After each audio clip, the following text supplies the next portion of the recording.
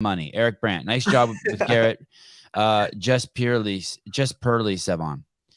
Absolutely. I do this podcast hoping one day it will make enough money so I won't end up accidentally selling one of my houses to fucking put food on my table. Was one of my houses a humble brag? I don't know.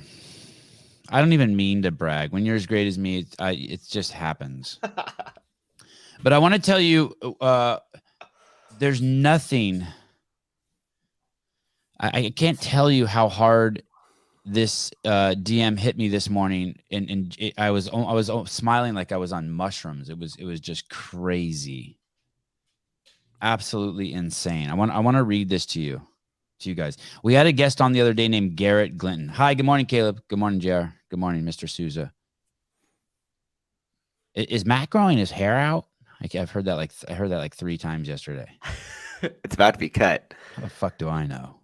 I'm a fucking newsman. I like the way JR is looking at his wife. She's a fucking like she's a steak. This is someone wrote this after seeing the Garrett Glinton podcast. If you have not seen that podcast and you have kids, then you're making a huge mistake. I promise you, if you want to be a good person and you're not sure if you are, and whether you have empathy or not, and you haven't seen that, you need to see that. I want to say that it's probably one of the most valuable podcasts on the internet today. It's a subjective opinion, but I just can't. I just can't emphasize enough. Okay, so I got this DM. I got it this morning. I asked if I could read it, and I didn't get a response, but I'm going to read it anyway because it doesn't have the person's name on it. So here we go. I mean, the person didn't have time to respond. Good morning, Sevan. I just finished your podcast with Garrett, and I wanted to reach out to say thanks again for doing what you do. When I first saw the thumbnail, I was completely uninterested in watching a podcast about a lesbian. But I should have known by now that when it comes to you and your content, the person matters far more than the label, and she would not be the annoying woke type. I do not agree with any of the ideas of the rainbow people, but I also believe that we are all children of God, and as representatives of him here on earth, we also need to love all people regardless of what we think. So I checked my initial feelings of judgment and turned in to hear a perspective of life that I figured might be very aggravating to me, but at the same time might also give me better perspective and help me to have a softer heart on a subject that I disagree with. I enjoyed the podcast very, very much. I love the questions you asked, and I love how Garrett recognized their validity and gave straightforward and honest answers rather than the backwards messaging that runs rampant these days, basically saying fatherhood is not needed and is overrated. Here it comes. Here comes the hammer. Ready? As a Black person, it bothers me to know that upon first look, there are subconscious ideas that people have about me because of media. And they would be shocked to know that I wholeheartedly disagree with most of what the world says I stand for just because of my skin color. And the irony is, I projected that exact same thinking onto Garrett just by seeing the picture of the podcast. Sorry for writing so much. I don't think I've done justice with words how much I appreciated that one. But all I can say is thanks again so much for your podcast, your time, your candor, and your passion.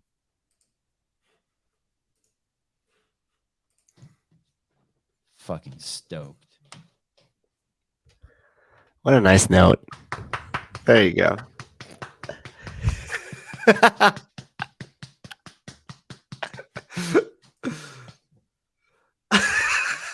Probably just stick to that first one. Don't tell me what to do.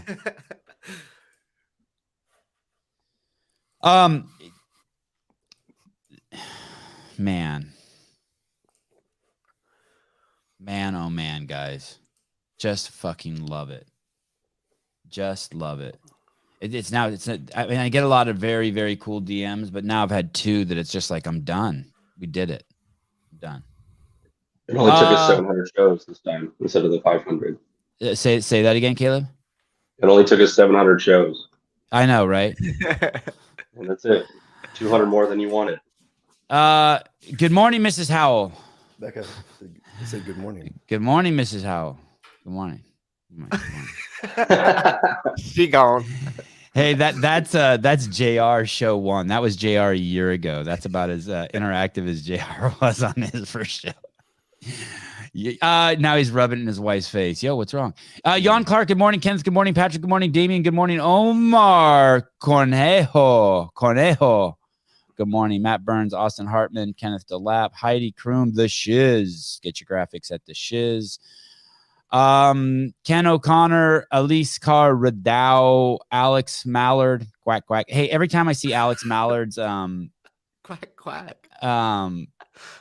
profile pic, I think of Legally Blonde. Yeah. Is it from that movie, or do you think that's really her? I think that's really her. Yeah, crazy.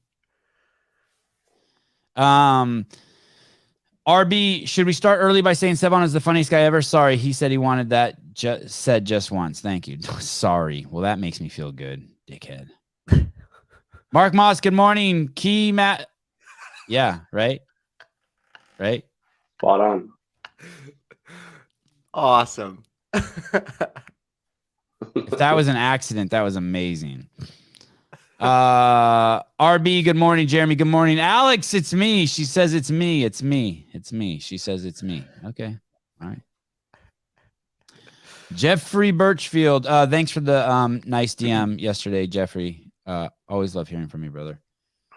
When are the real athletes coming on? Are we going to see Mertens and Tetlow? You are going to see Mertens and Tetlow. Susie, you'll send them links at some point? Yeah. Okay.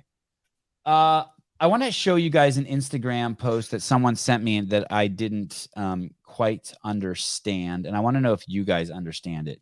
Can you pull that one up, Caleb? Caleb is the only man in the podcasting world that's allowed to eat while he podcasts, by the way. Thank you. No one else should ever do that. Oh, he does it so respectfully and silently too. Like I don't even notice. If you didn't, I wouldn't have noticed. And I've never seen I keep waiting for someone to talk shit about him eating on the show. No one ever does. If anyone else were to eat, like if Chase were on here eating, people would be like, "What's Chase doing?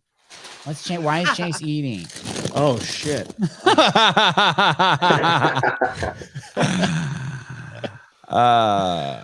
Okay. So this is an Instagram post someone sent to me, and I wrote back, "I didn't get it. I don't get it." And they had to explain it to me. And once they explained it to me, I felt like a jackass. It says, you can't just respect the penis. You've got to honor the ballsack. Thank you, Caleb.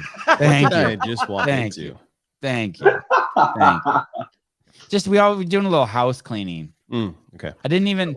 That's amazing, right? That's amazing. Okay. I also want to start the show this morning. I'm showing you guys what strong looks like. In case you didn't know. Is dropping a deuce this morning. I opened this Instagram. I cannot believe. Is this just ridiculous? This is 220 fucking pounds. Ja då! Kom igen nu! Hold it. Are you kidding me? Are you kidding me? Power clean to hang clean with 220? Damn. This is strong, right? No? Strong. Just pretty strong? Strong to me. Serviceable. Sir, okay. At right. what? Well, one context. I mean, can all the girls games athletes do that? Every single one. I mean, can Rebecca Fuselier do that? Let's start down there with petite and lucky to make it to the games. Rebecca, I know you're watching. Can you or can't you? It's a good question. Thank you. What was their complexes from semifinals?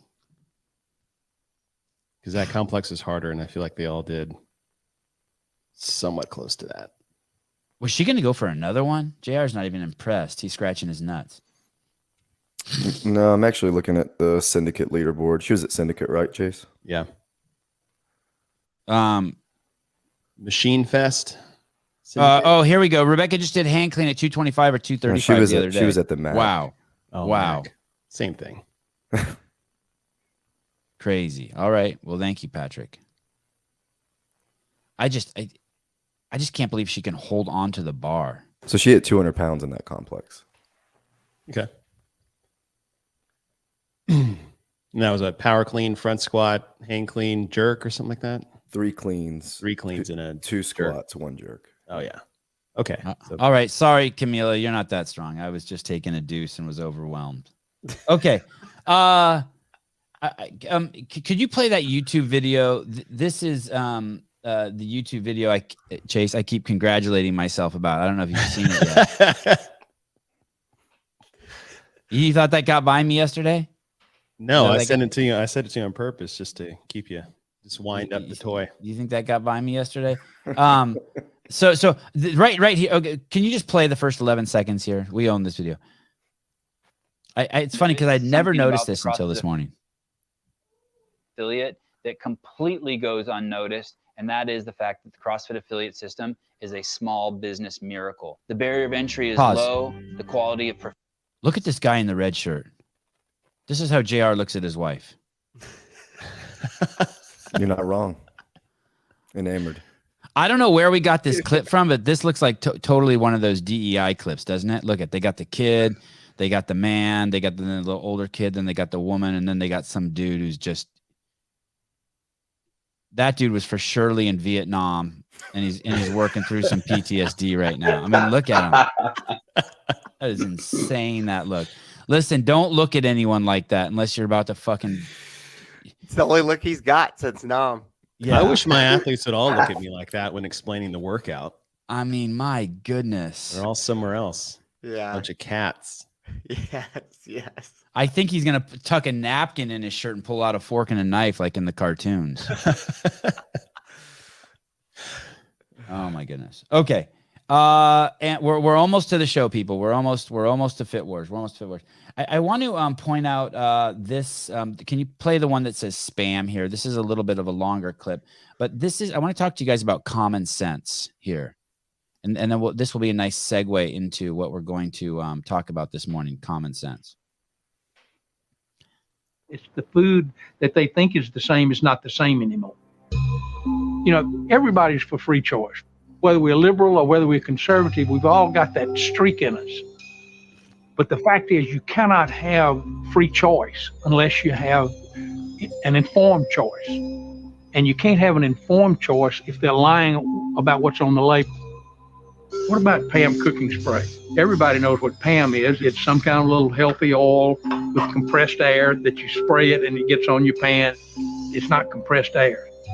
And they don't tell you, but it's butane and propane.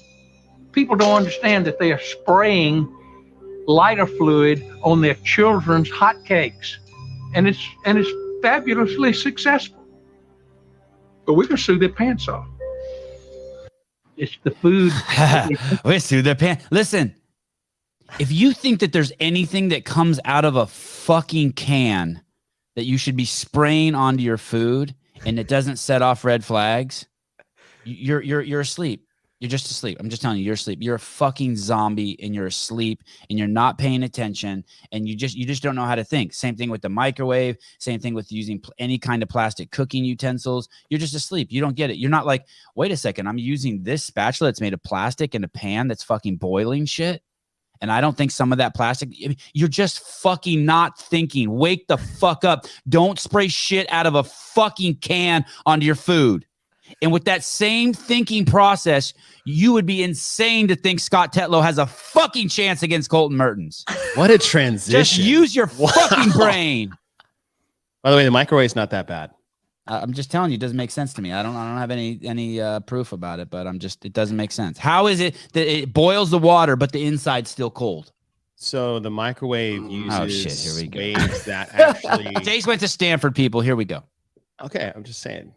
The microwave, it uses water molecules inside the food and it makes them vibrate, and that's what heats the food. That's why your plate doesn't catch on fire.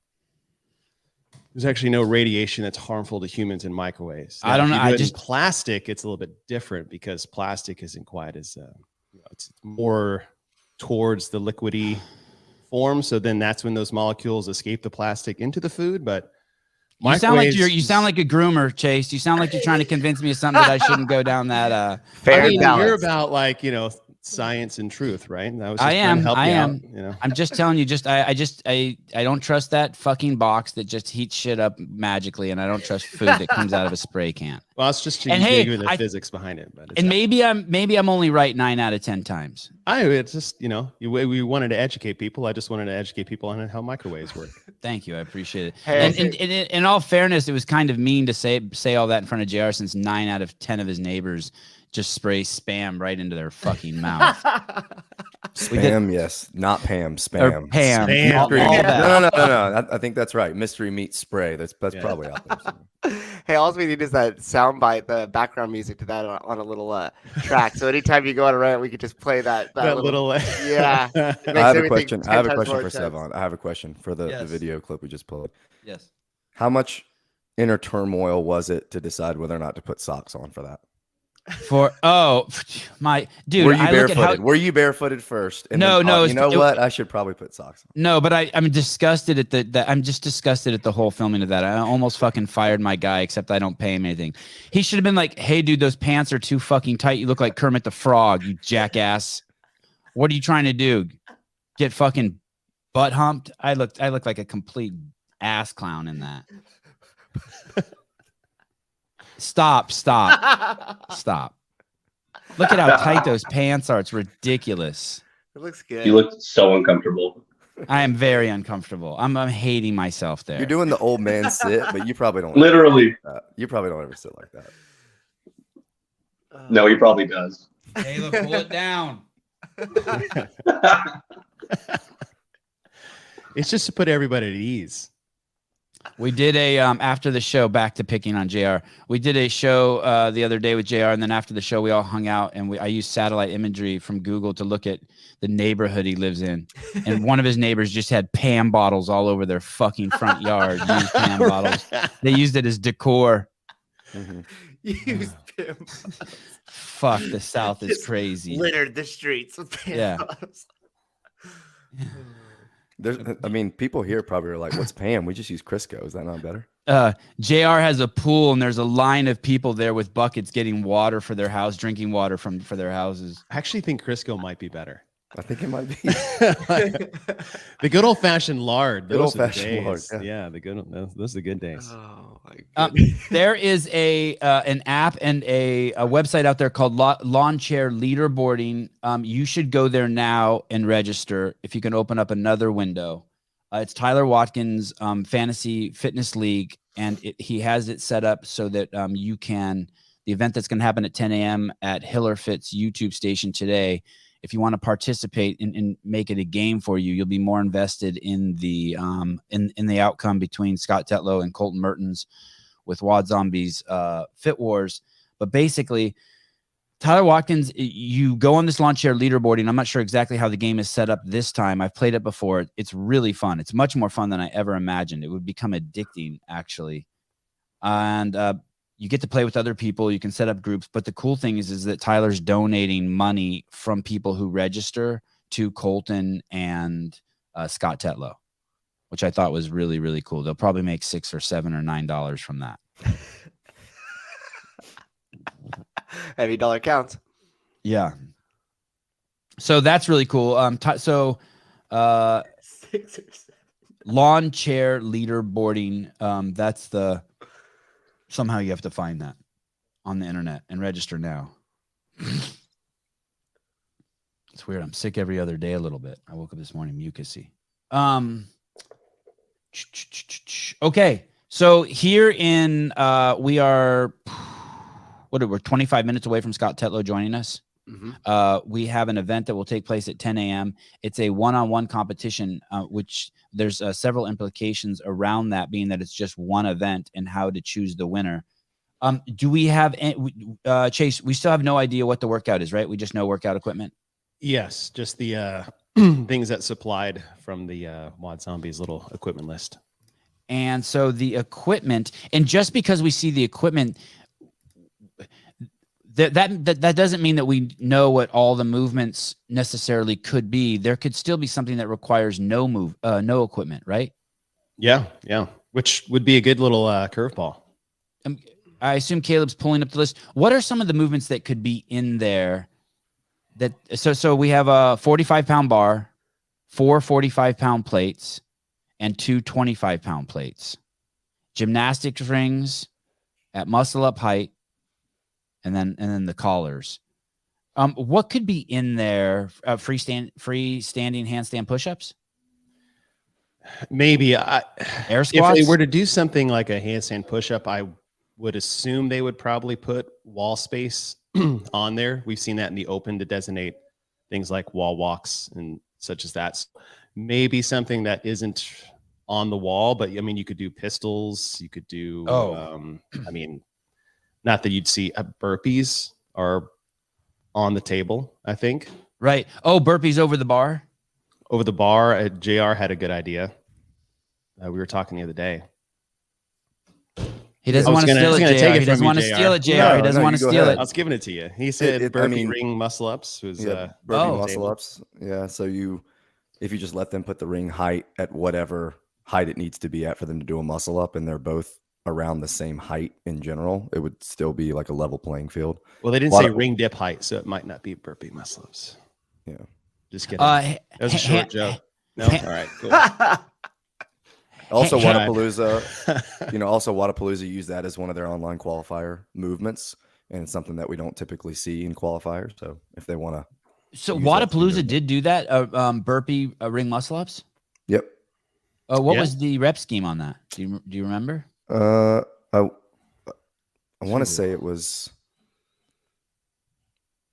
it 12 shoulder to overhead, 12 burpee ring muscle up, and then. Was this last year? No, this is this year. Oh, this year. Oh, this year. Yeah, sorry, the last one. Yeah. The games did it in that little chipper they had in 2012. Brutal combo, right? Because tricep and chest in the coming out of the bottom of the burpee, and then you need your triceps again. Same thing. Yeah, and then they did the 30 burpee ring muscle ups in 2013 regionals. Right. What about hand release push-ups? You hope you have a good judge. Yeah, Okay. Gray area there. Yeah, other movements that are on the table using the rings could just be burpee to a ring touch. They use that in 13.1. Most people did burpee to a ring touch with the snatch ladder, or they could do toes to ring. Please no. And we could see I'll walk off this show if it's a toes to rings. Why don't you like that one? I think it's a gimmicky, goofy movement that's unnecessary. You expect more from Brian and Hiller. I would, yeah. Brian should know better. What about pistols holding a 25-pound plate? Yeah. Fair? Well, 45-pound plate. They did 53 pounds at the games. They were doing pistols with 53 pounds? Cinco 1. Yeah. Wow. Heavy deadlifts and pistols with a 53-pound kettlebell. Wow, crazy. On the deads, yeah. I think to your question, Sevan, I think most barbell movements are on the table because with this weight set, I see something that's an ascending ladder of weights from 95 all the way up to 275. And I'm pretty sure every movement is on the table at those weights, including thrusters. Like these dudes are strong. And with the way this sets up, I see a 95, 135, 185, 225, 275. Like everything's on the table with these weights. So if it were like that, it would be the bar with the 25-pound plates on first. Yeah. That's funny. I didn't even think that way. What about, do you think this is just going to be a couplet or a triplet or something like that? Or do you think that it could be something even like with a buy-in and then you go? I think it'll just be a couplet. Yeah, I do too. Okay. So in all fairness, all that other talk was just gibberish. You think it's just going to be one kind of bar movement and some muscle ups? Yeah. And I was just trying to look back to see how many times Scott and Colton were in the same competition, if they were in the same competition, other than, I was really, really scrambling trying to find that. I remember ring muscle ups being in the road qualifier in 2019. It was workout number 4. And it was just a 7-minute AMRAP of 9 deadlifts at 275, which fits perfectly with these weights. You have 275 on the screen right there, and 3 ring muscle ups for 7 minutes. So that'd be really easy to watch. It would be really easy to count. And Colton actually won that workout on the online qualifier that year. So you have 7 minutes, and whoever has the most reps at the end wins. Yep, you just go back and forth, 3-9, 3-9, 3-9, 3-9 for 7 minutes. What about what Corey's saying here? Burpee over. Oh, Jordan's saying it. Burpee over the cameraman.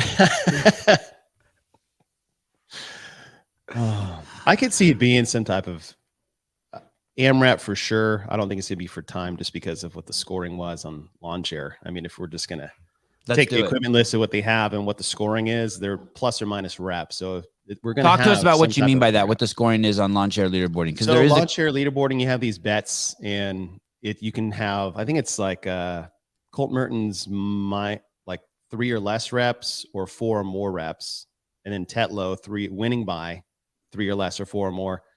And then somehow like you just have tied as Sevan is like your only bet, the 5th option that they tie. Oh, do they have that? Do they have ties? I think so. That was your pick. That was yeah, your pick, it was like your pick, but like that was the only option. Just said like Sevan tie.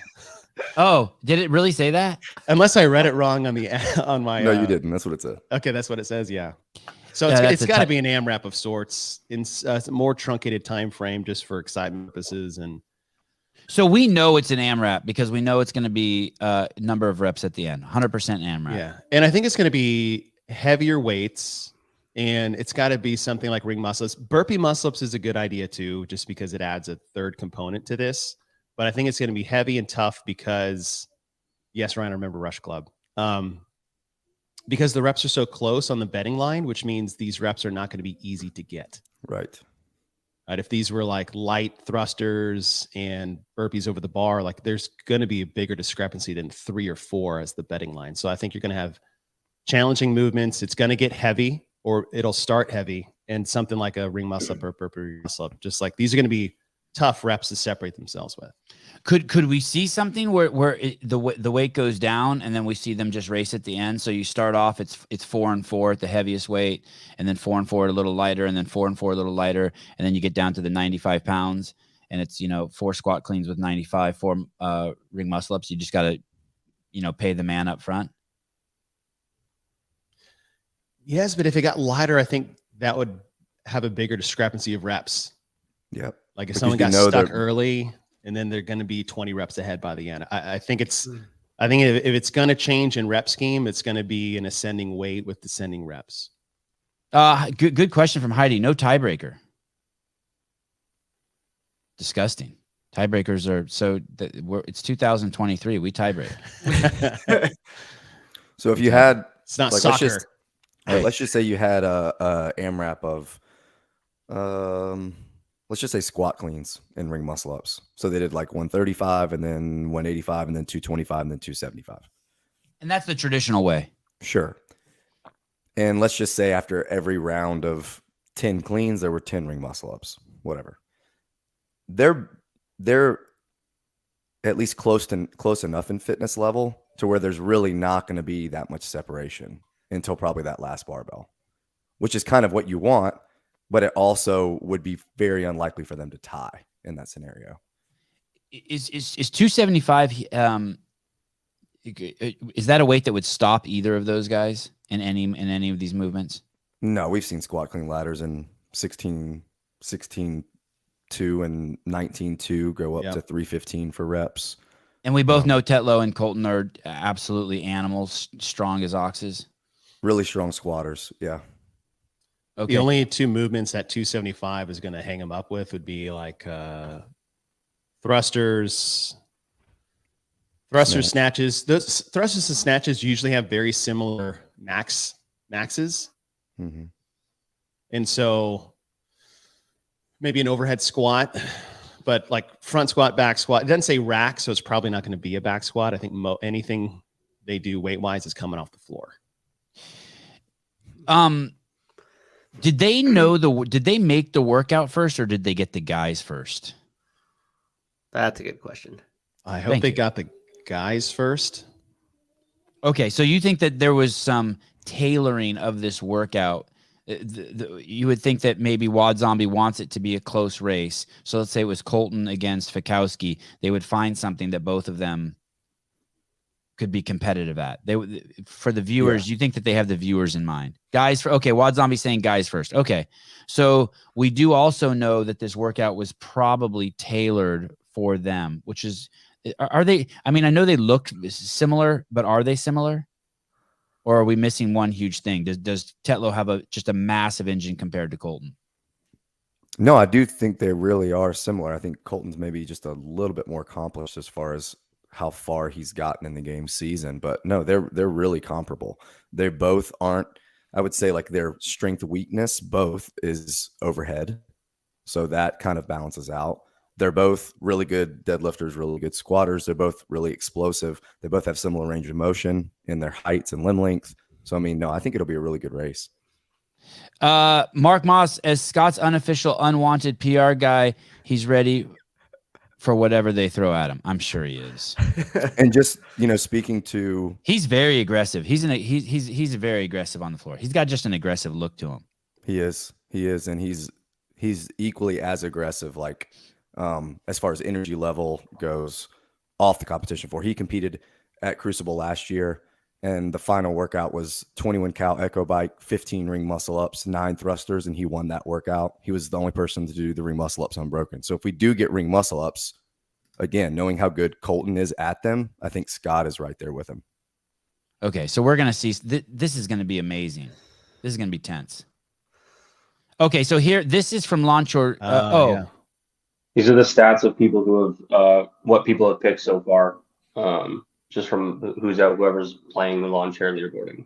Okay, so of the 52 people who've already signed up, 48% think Colton's going to win by 4 reps or more. 29% think Colton Mertens is going to win by 3 reps or less, and 17% think that Scott Tetlow wins by 3 reps or less, and 6% think that Scott Tetlow by 4 reps or more. Is this a win for both of them? Are they both going to Wodapalooza? I actually don't know if either one's going to Wodapalooza. Okay. All right. Is this a win for both of them? Like, if you lose this, could this like hurt your feelings and bother one of the athletes, or is this a win either way? They get some competition practice, they get some notoriety, they get an intense workout that they might not be able to recreate on their own. I think any athlete that's worth their salt will be pissed off if they lose. For sure. I don't think it's a detriment to maybe like how people feel about them as athletes or their popularity as athletes. I actually have more respect that they'll both go head to head on a live broadcast like this. I think it's great I think it's a win for both, regardless of who wins. And they're both going to get a training stimulus that they cannot recreate no matter what in their gym, correct? Oh, for sure. Go ahead, JR. No, I think that I think at its core, they're doing it for fun, for sure. But they want to win. They want to win doing anything. They want to win if they're doing a workout in their gym with no one around and one other person. So I don't think they're going to use it as any kind of a check-in or anything like that. It's not like it's a full competition. I think most of the game's athletes were invited to Wodapalooza, so it'd be cool to ask Colton if he's planning on competing there. I know Scott decided not to do Crucible this year because his daughter was just born. We can ask him about that. He decided to do Rogue just because, it was really, really good opportunity. But I'm not sure if he's even planning on competing at all for the rest of the offseason. And Scott did beat Colton at the in the Rogue qualifier, right? They both did the Rogue qualifier, and Scott finished ahead. I thought I saw that somewhere. Yeah, that's correct. Unless Colton had one of those weighing the plates issues, but I'm not. Oh, I think he did. Yeah. I think he did. Yeah, he did. Okay. Any guesses you guys want to give on what the workout? Do either of you guys feel confident? Like, hey, it's going to be in this sort of realm. It has to be this. Go, JR. I think it's 5 to 7 minutes, and it's an AMRAP. And I feel good about that Rogue qualifier one just because we already have some data. I think sometimes it's cool if we already have scores, whether it be from 1 year ago, 2 years ago, 3 years ago. We can see, like, in that competition, someone got this score. Are they able to beat that score now? How much fitter are they than they used to be? That kind of thing. But and what was that workout from Rogue? 7-minute AMRAP of 9 deadlifts at 275, and 3 ring muscle ups. And you know Brian would love that too, because he would love that data point as something to talk about, and he was involved in the making of the workout. Yeah, the only thing that kind of concerns me about that workout is how fast they're going to be going on the deadlifts in the first 5 rounds. And if you'll hear grumblings about people not opening up hips all the way and stuff like that. But I think that workout gives, in 7 minutes, will give a lot of ebbs and flows, and will give a lot of like whose grip is going to hold out, or, it's a lot of time under tension for both of those movements. So the heart rate will spike pretty early, and they know that with something that short, they cannot pace. They just have to go. Chase, thoughts on the workout? I won't predict of what it is. I'll just predict of what I want. How about that? Okay, good. Yes. Tell them what they've done wrong if they don't agree with you. Well, I will, but it's okay. That's what I do. But I would love to see a descending ladder 10-2 of ring muscle ups, and I want to say snatches or maybe overhead squats. Using what's a descending ladder? 10, 8, 6, 4, 2 ring muscle ups, and like snatches are. I don't know if they can all hit 275 on the snatch. And then go up and weight, and once you get to the last 2, it's just 2, 2, 2. 95, 135, 185, 225, 275. That's your 5 weights that's available. Just what the equipment list has, and it just look cool because everybody likes ring muscle ups, and snatches are heavy overhead squats. So, what's cool about that also is as the weight ascends, it will add tension for the spectator, right? Because we'll always be wondering, we'll always be judging each of their snatches. Did they catch it in a good spot? And if they can barely do the previous weight, then there's even more tension when they go up again. I like snatch. I'll vote snatch, because then that's kind of like Amanda. Amanda's an awesome event, and like both of these guys are great at it. I'm sure they can all do that one unbroken, which is just 975 ring muscle ups and squat snatches at 135. I just opened the private chat. Nice shirt, Souza. Let me see your shirt. Yeah. Oh yeah. Nice shirt, bro. All right. Thank you. Hey Chase, how do you feel about athletes in ladders having to load their own bars? Do you think they should always have to do it? Do you think they should always be able to not have to worry about that? Always, no. If you're going to go always, I don't think they should ever have to worry about it. I just want to see them race each other, because I don't want to see someone lose because their clip gets stuck. Or the plate rolls away. Like Vellner's plate rolls across the competition floor. So in this setting, if it were a weight changing event, I would really like it if somebody were to do it for them, just so I can see see them race each other. Because what do you put in a weight change, and that's just breaks, and it's not even like fitness related. What do you do when you're commentating the games, or you're doing one of the professional jobs, and you have to, and your stomach starts growling, and you think you might have to go to the bathroom? So suck it up. You either because my stomach's talking to me right now, and I'm like, but Tetlow's coming on in a minute. If I'm not on camera and it's like dire, I'll just tap Sean or Bill, whoever I'm working with, and I'm like, afterwards of like, I got to shit. And then I'll leave, and just hopefully they can carry it on their own for however long it takes. But are the bathrooms pretty close to where you're standing usually? Sometimes it is, sometimes it's not. Like at Wadapalooza, you're just like kind of shit out of luck, and you just got to sit there and hang on to it. Maybe I just feel like I'm gonna shit my pants because Tetlow's coming on and I talk shit about him. Could be. You don't have a bucket or something, or you need to develop a podcast chair where you can just, the bottom drops out and comes back up. That or just invest in a bedpan. Javi, come take this away.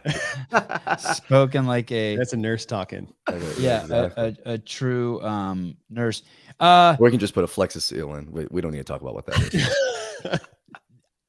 I do think that this is a good opportunity for both of them, but I think it's a great opportunity for Scott Tetlow also, because if he puts it to Colton, like you just saw the numbers, right? If you're coming in as the underdog, the fan underdog, and you get a victory, you get some clout. It's like that movie Highlander. You get to steal some of their clout.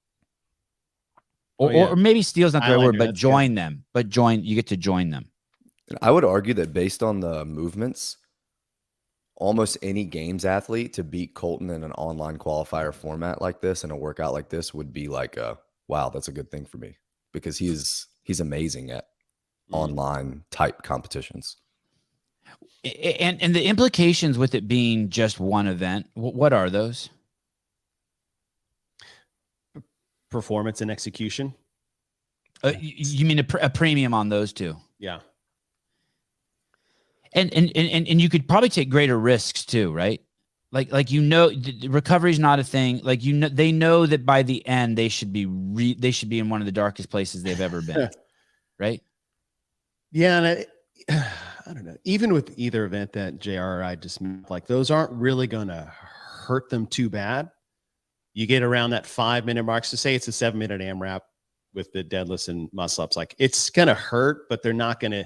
I don't think you're going to go dark with two of those movements like that, right? These aren't really like. No, I don't understand what you're saying. You're saying that those guys could do this for 5 or 7 minutes and not be like, holy fuck, how am I going to get my next breath in? He's saying that if the workout was thrusters at 135 and burpees to a ring touch for 7 minutes, that would be really, really dark.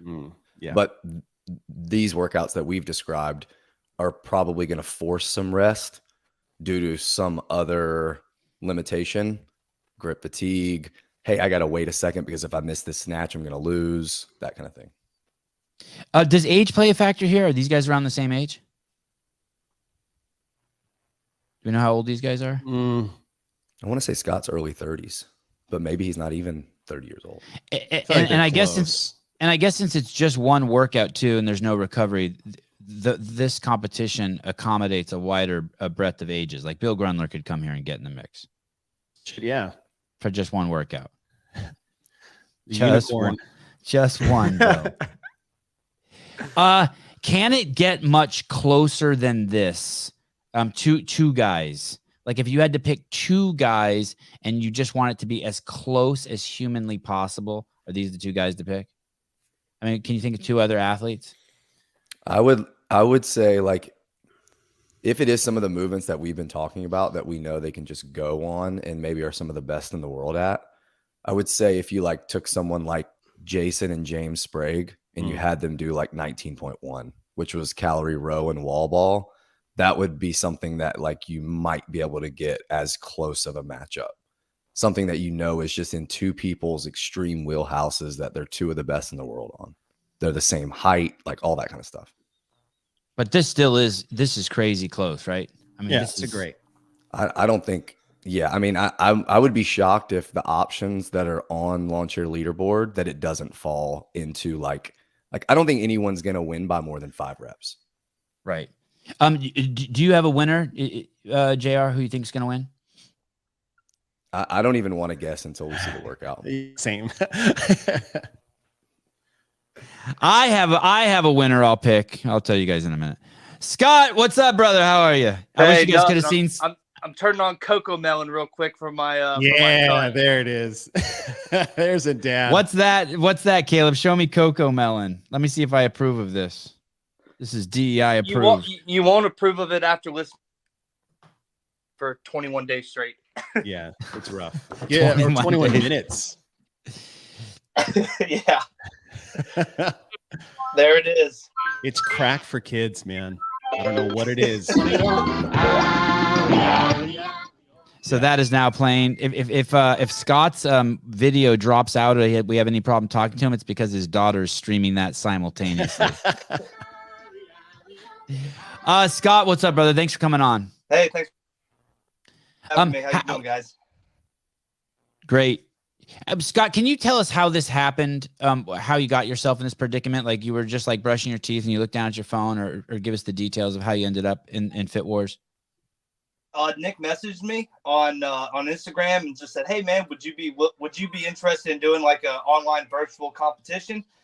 And I was like, "Yeah, sure. Like, what are the details? Can you fill me in a little bit more?" And he kind of explained it to me. I was like, "Yeah, that sounds like fun. Who would I be going up against?" And he was like, "How would you feel about going up against Colton?" I was like, "All right, Let this decision be made. Who's better? Who's the best shortest athlete there is? I have a quote here from Wad Zombie. It says, "I offered Scott Tetlow to compete, and when he found out it was Colton, he turned white in the face and said, 'Fuck no, never. I'm scared.'" Is that an accurate? That is not accurate. You must have been pretty excited, right? Yeah.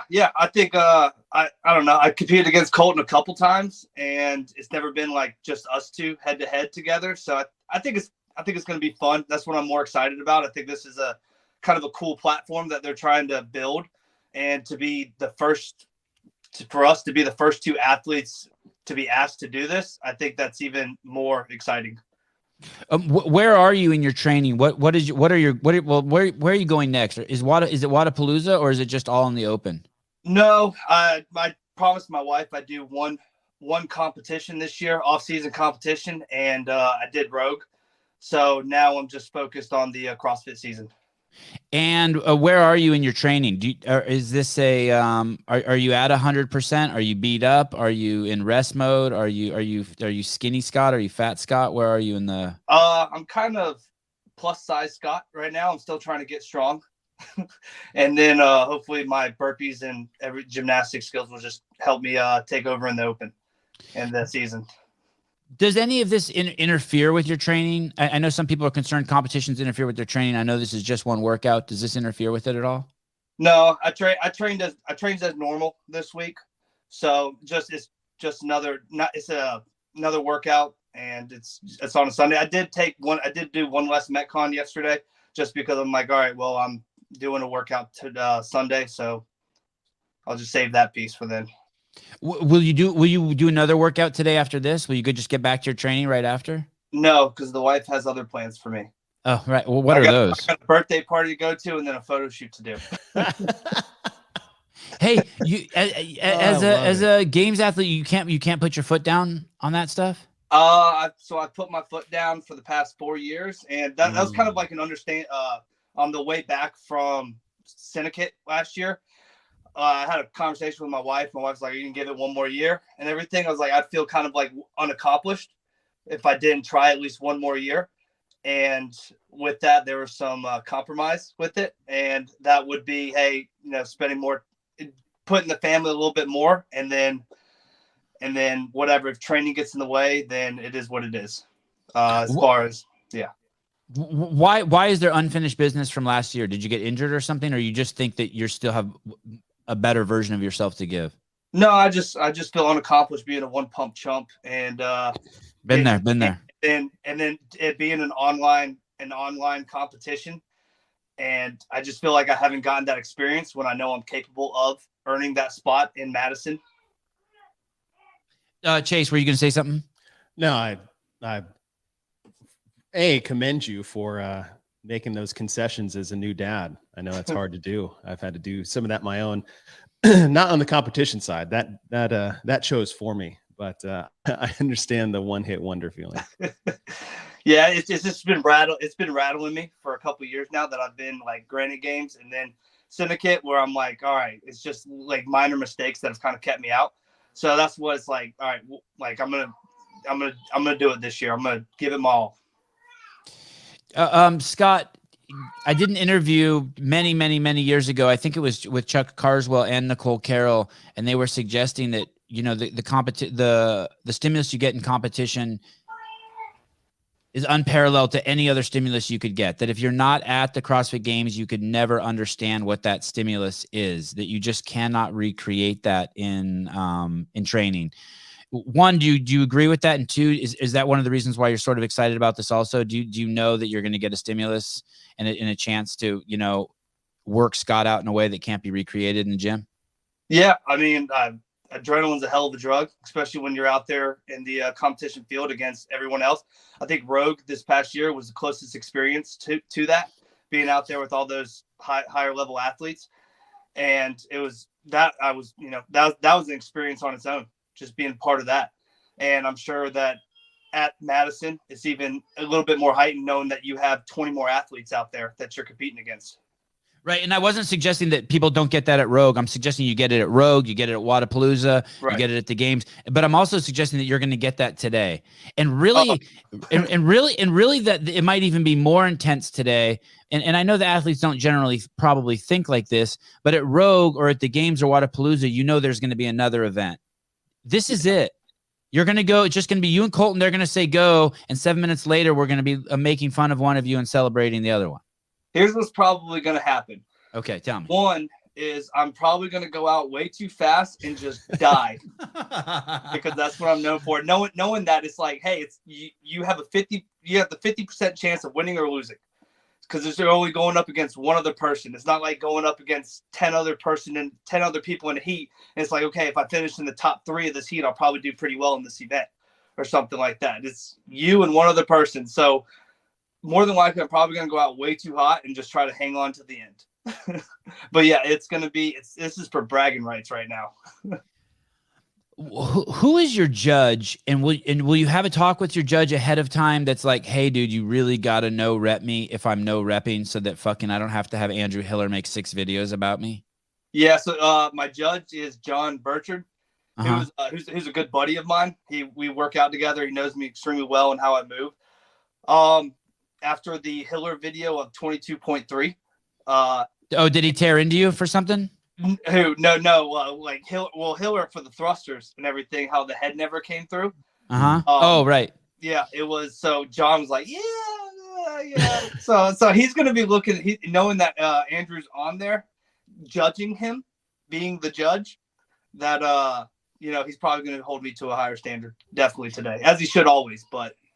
If I want to give this advice to anyone who's doing workouts, if Andrew ever attacks you, your response should be, fuck you. I'm coming to your house to beat your ass. That's it.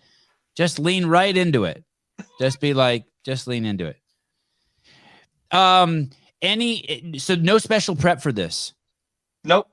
This is just Scott Tetlow, regular training, just did one less Metcon, got Coco Bella on, and he's ready to go. Yep.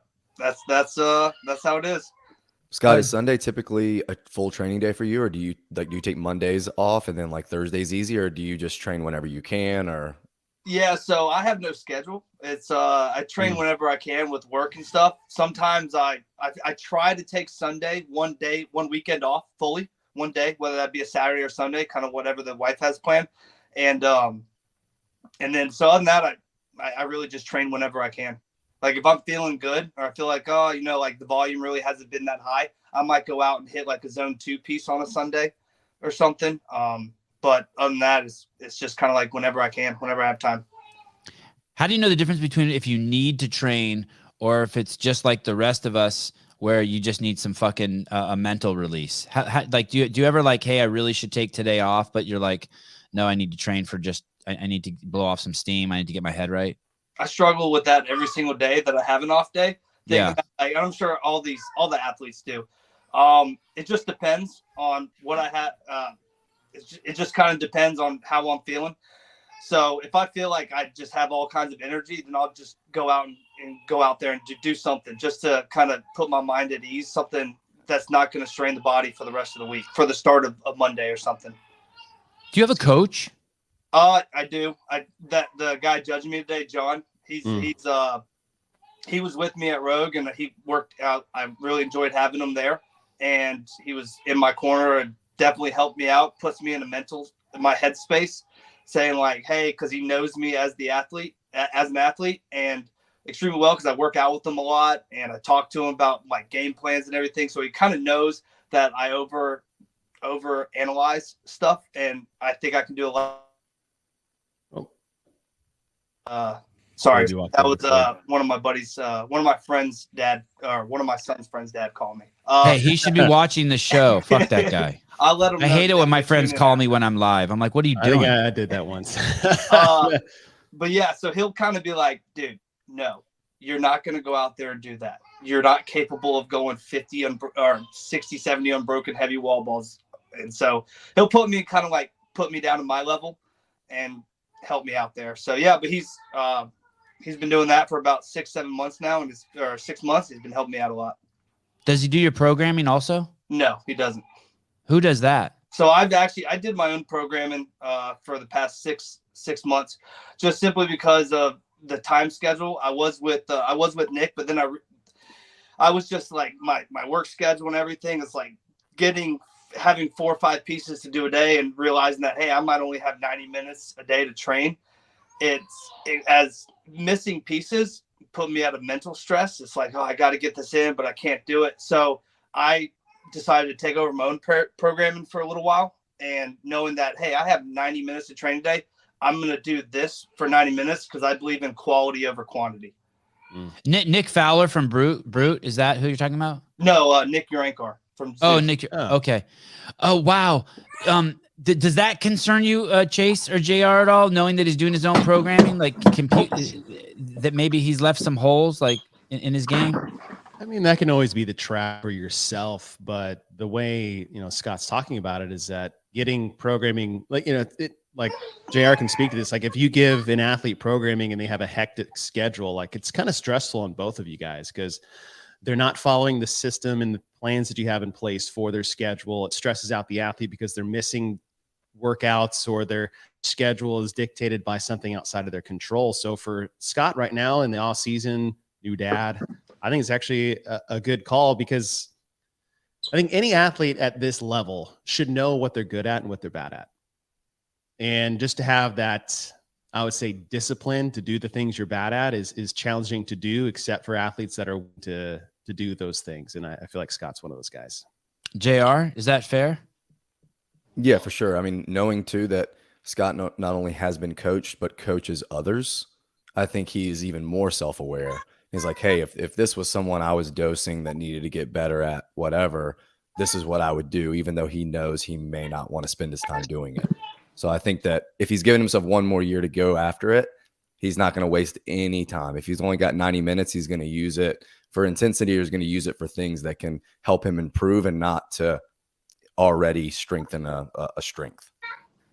Brian C. writes, ask Tetlow how he decided to run a marathon on a random day in South American heat. You ran a marathon just at like last minute? Yeah, I attempted to. We were on oh, this is good. Yeah, I attempted to. I was with some guys. They were training for a marathon. They asked me if I wanted to do it, and I said no. That's not really what I'm training for. I had the Rogue. That was 2019. I had the Rogue Invitational. I was going to go for the online qualifier, and they were like, "Oh, come on, Mr. Fitness. I thought you could do it." And I pretty much said, "You know what? Fuck you guys. All right." That was easy. And 3 days later, I went out there and tried to run a marathon. In what city? I can't disclose that. Okay. It was on the deployment.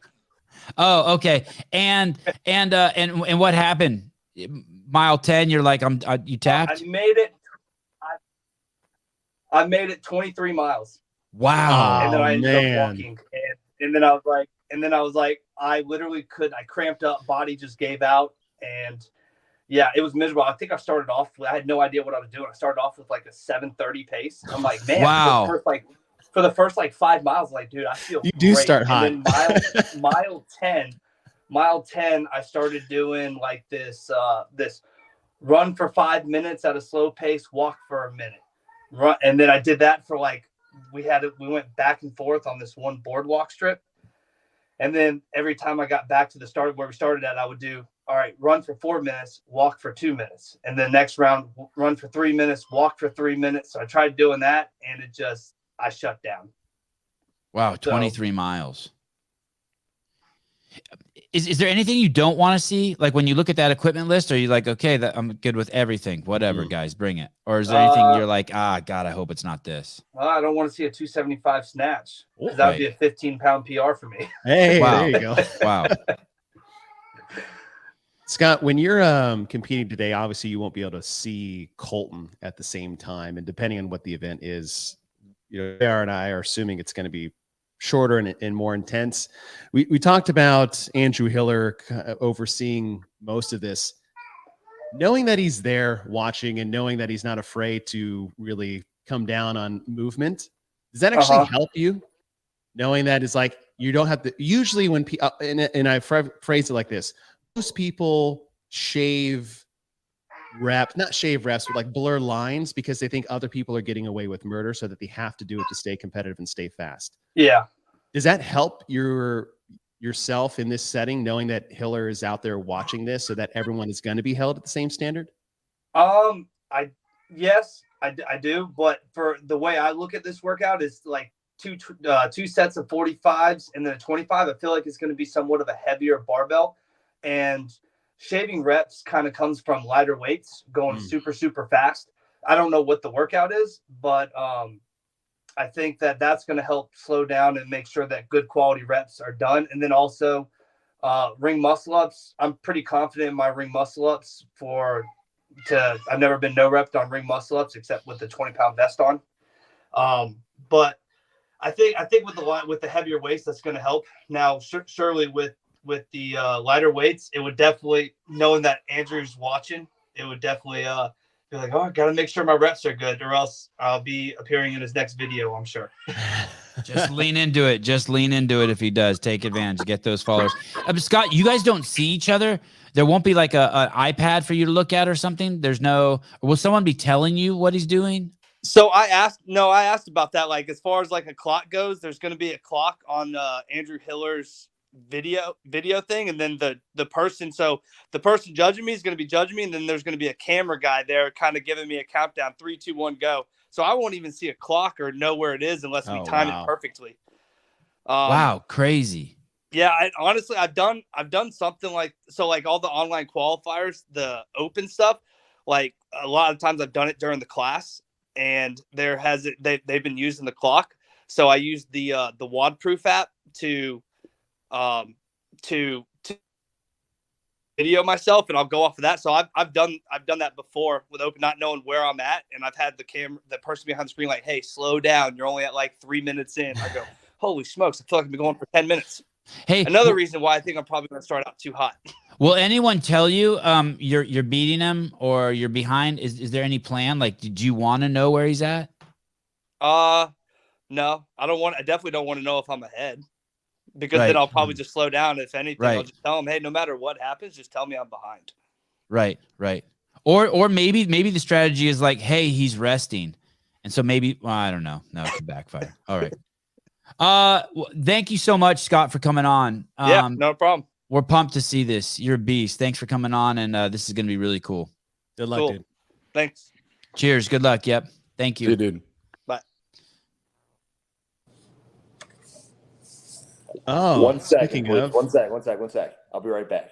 Don't tell us what to do. It's my show. Tell us what to do. 1 second. JR, when you're think of like the question I was posing to Scott there is having trust in that the people overseeing the competition are holding everybody to the same standard. Do you think that helps the judges more to make those calls and not worry as like, well, if I don't give them this, they're going to lose because the other people might be. I say that to my judges all the time. I mean, you run events, and I was just like, don't judge for the person you're judging, but judge it for the other person. Like, that's who you're more worried about. Right. Yeah, no, I agree with that. And I think knowing that it is head to head, you know that the other judge is feeling the same thing that you are, to uphold all the movement standard and make sure that the quality of reps is there. Also, I think on the programmer's end, making it to where there isn't a lot of room for subjectivity in the movement patterns can help. Like, for instance, Sevan said hand release push-ups, or really any kind of burpee at a fast pace tends to be a little bit, you get into some issues. Certain dumbbell movements, like dumbbell thrusters with these guys at 50 pounds would be awful to try to jump at speed, so. Hey, shouldn't his answer have been, when you said, are you concerned that Andrew Hiller is going to be watching? Shouldn't his answer have been like, no, my reps are always good. Fuck you, Chase. Well, no, I was hoping he was going to go down the route that I was wanting. Was usually people do certain things with their movements because they think everyone else is getting away with them because there's no accountability at the top. And I think now that we have Hiller as the umbrella there of accountability with the movements, it actually helps the judges hold their athletes to a higher standard. So I think having a more accountable oversight of movement actually helps everyone either judge the athletes that they're judging or the athletes move, because they're not worried about other people getting away with something that they're not doing. That's so maybe not so worried about themselves, but worried about those. Because I think if you asked Froning that, he wouldn't even know how to answer that. He's like, he'd be like, what are you talking about? Like, well, yes, Rich is different. It's okay. Exception is not the rule. Andrew Hiller, what's up, dude? Where are you? Where are you? I'm in my house. That is your house? What do you live, Lake Tahoe? Never seen a backdrop other than the garage. This is I live in a log house. Did you build that? Out of trees, yeah. Iron and brawn. Is that's real? That's like those are your walls right there. Those fall. What the fuck is going on with his internet? Well, look where he's living. I'm shocked he has any internet. Everything's made of wood. He said on a show stopped running. He said on a show recently he built his garage. So did you build the house also? No, that was a joke, but I did do the garage. Oh shit. Andrew, those are just actually pieces of wood that are. Yeah, I'm with those Hunter, are actually. Why is your internet so bad today? What's going on? Why can't go to the garage? Take your shirt off and go to the garage, please. Take your shirt off and go to the garage. In that order. I have a router in the garage and I got one in the house, and it might be bouncing back and forth for whatever reason.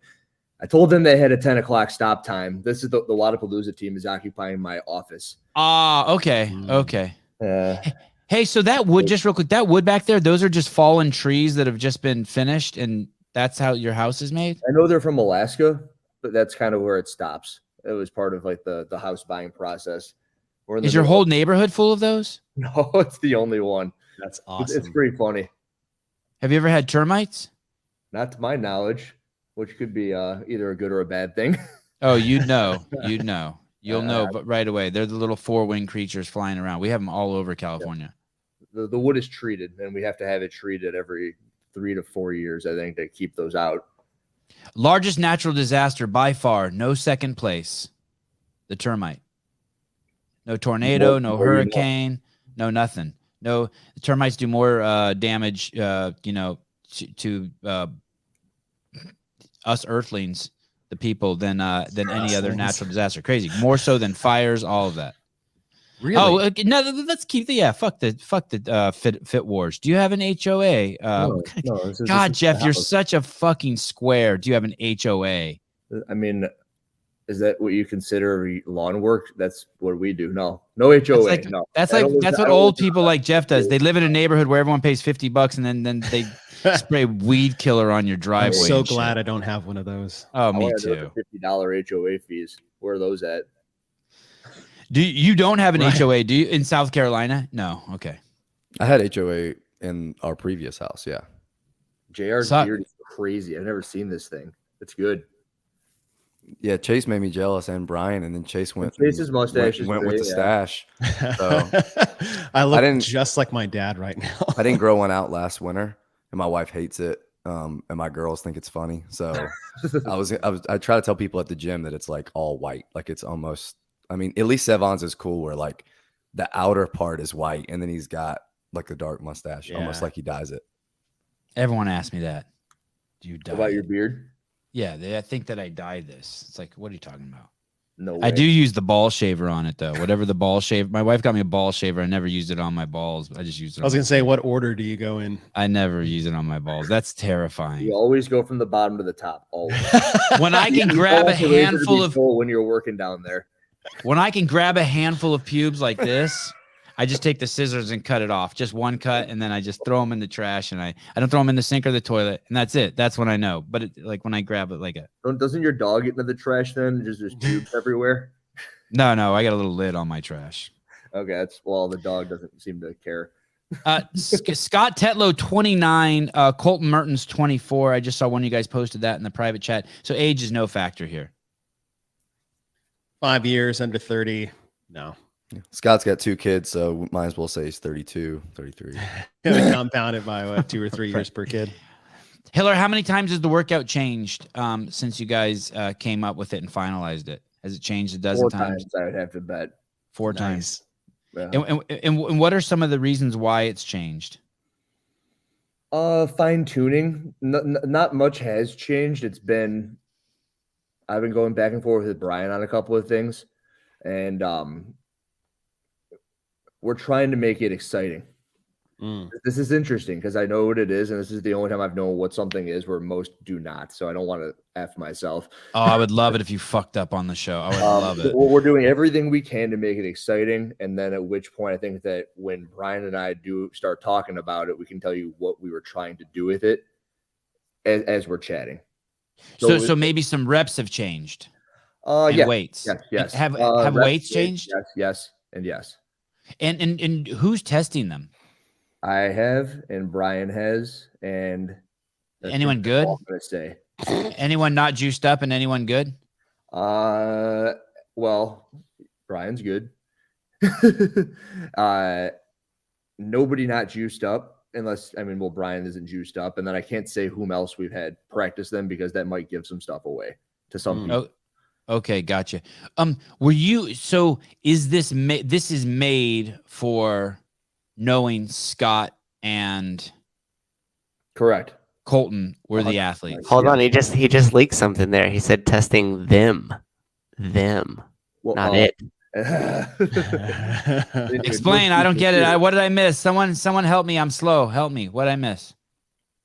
Then would imply a plural like Metcon plus strength 21.3.4. Like a two-parter. I've liked so much watching people speculate. Like this morning, I watched the barbell spin. I think he had Helpton and Tyler on. It was cool to hear them talk.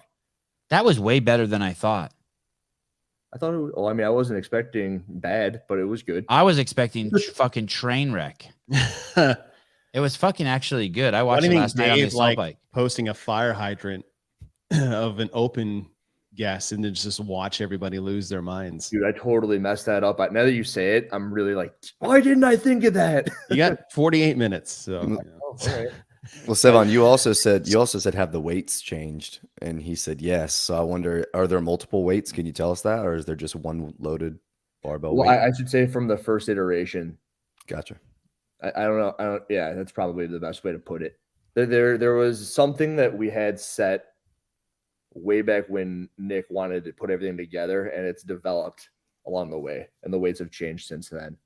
How are you and Brian getting along with the work? What's it like working with him and choosing the workout and the movements? The final say on the workout was actually Brian's version. Did anyone put their foot down and it just got weird?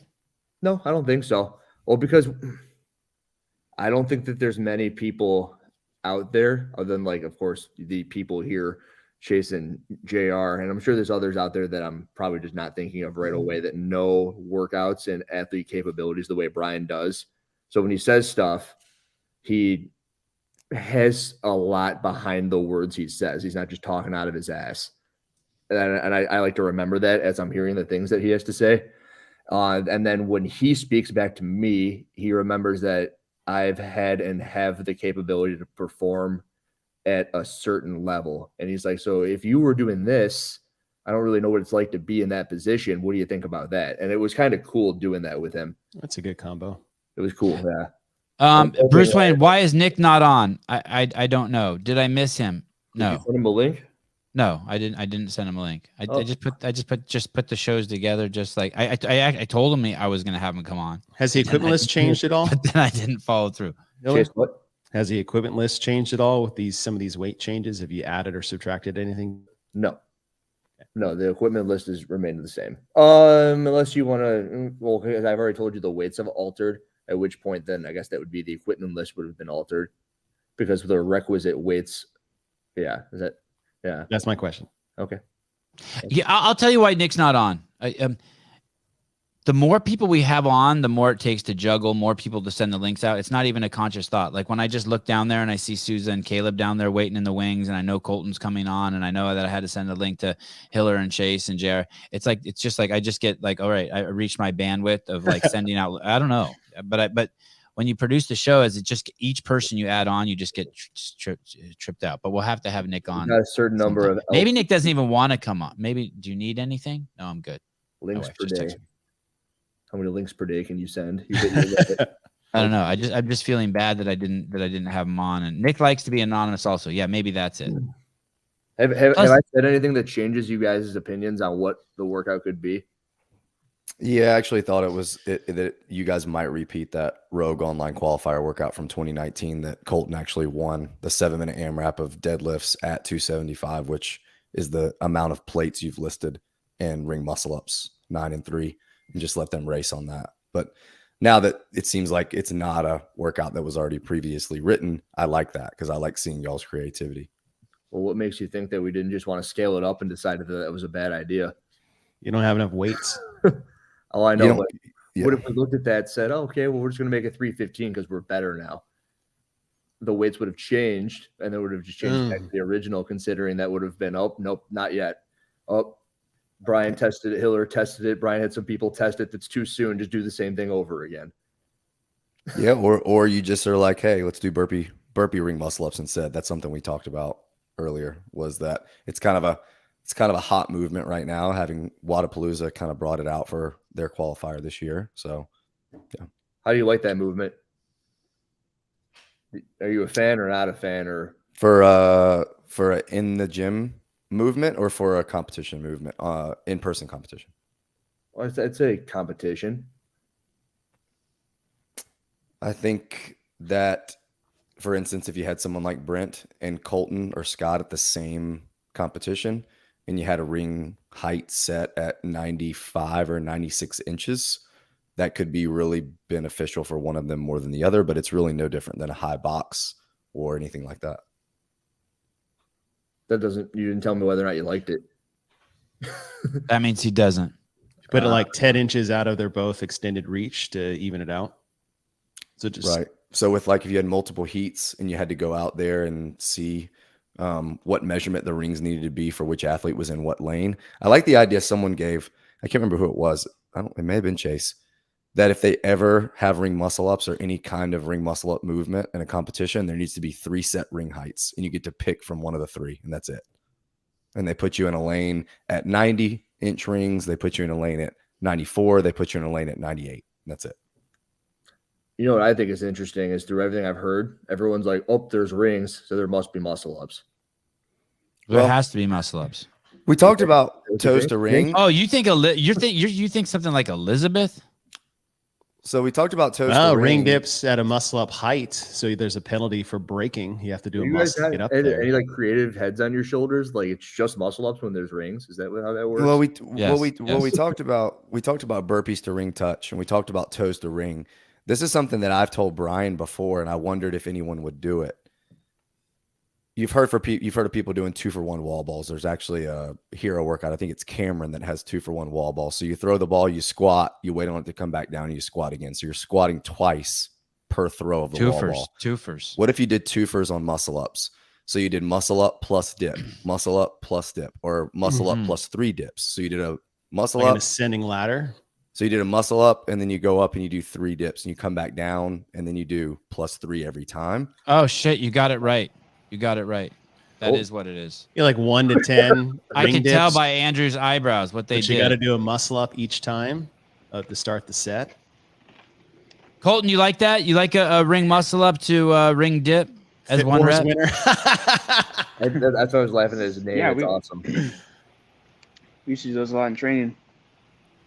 What didn't you do a lot of in training? You know what I was just thinking after seeing your name there is that on again the barbell spin thing, they're like, what should be the next one? And they were giving out names. I like the Hunter McIntyre Fit Ranch thing, the Steve Austin Stone Cold Ranch, where he just kept on going until he lost. So let's figure if you do happen to win, Winner stays you on. would just always come up on the show as Fit Wars 1 winner. And then I have call-outs ready to go. Shows later, and that would still be Fit Wars 1 winner. Dude, that'd be sick. Like the winner gets to pick their next opponent. Colton, someone asked. Keep going. Colton, someone asked in the comments why it's been so long since you've been on the show. Do you have an answer for them? Well, yeah. Sevan's busy, I guess. Because he didn't invite me. That dickhead Sevan didn't invite me. Oh no, he invites me and he's like, Oh, okay, good. we'll get you scheduled, and then nothing. And then 3 months later, hey, you want to come on? Sure. We'll get you scheduled. Nothing. I'm sure it's my fault. I'm sure it's not Susan's fault. It is an error. We make many, many mistakes on this show, and that is one of them. Is this going to be your first workout of the day, Colton? Yeah, I just got to the gym. Had some breakfast. I'm here in Cedar Falls. We had Allie's parents' Christmas kind of get together last night. So yeah, we brought all 5 of our wiener dogs. So that's been interesting. We got up like 5 times last night to take them out. Yeah. You have 5. That's awesome. Holy wait. So what's the longest unbroken sleep you got last night? I don't know, not very long. A couple hours? Hour? We had to take them out several times. Doesn't she do that? Doesn't she know that you have a competition tomorrow? And she's like, "Don't worry, I got this. You go sleep in the other room." No, she sits there and then sleeps through it or pretends to sleep through it most of the time and waits for me to get up and take them out. So wait a second. So when you take them out, do you have to worry about any animals in the area eating them too? Do you have to watch them? No, they're pretty vicious. I think they'll hold their own. They're bred to hunt badgers. Yeah, I was going to don't know if say, you know dachshunds were bred to hunt badgers. That's why Dude, I love body type. The smallest hound dogs. Yep. How did you end up with 5? You just walked by a Walmart and got and there was a box of them? No, we're gonna start breeding them. So this come winter of 2023 is when we'll have our first litter, and we'll start selling them. So these are our breeding stock. Wow. And is 5 is that? Did you know how that works? Like 5 is what you start with when you're gonna start breeding dogs? Well, Sarah Cox would like to buy one for $49.99. There you go. You sold your first dog. I think if you have more than 4 females, then you have to become registered or certified breeder.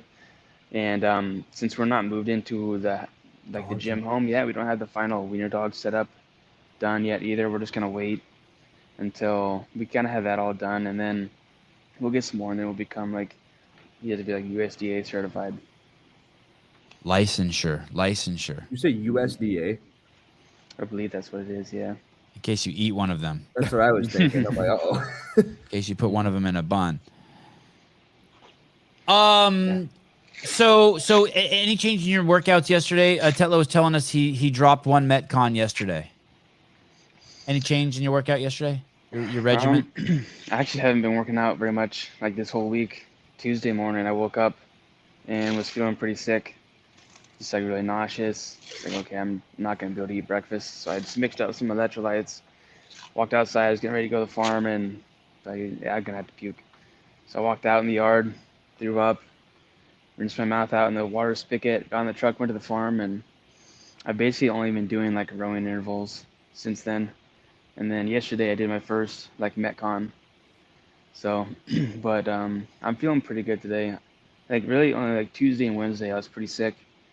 I only ate was a couple cups of Greek yogurt is the only thing I could keep down. So Thursday, Friday, and yesterday was really just recovering from not eating for those 2 days. But yeah, we'll see. How's your heart rate? Is your heart rate going spiking quickly? I think it'll be fine. It's just more fatigue from being so low calories the past week. But I've been able to hold things down. I felt pretty good yesterday and felt pretty good this morning. So I think it'll be fine. I think I'm going to be pretty close back to fully recovered. Are you bummed that this happened like this? Or are you up for the challenge? Or are you like, fuck it? It's whatever. I mean, shit happens.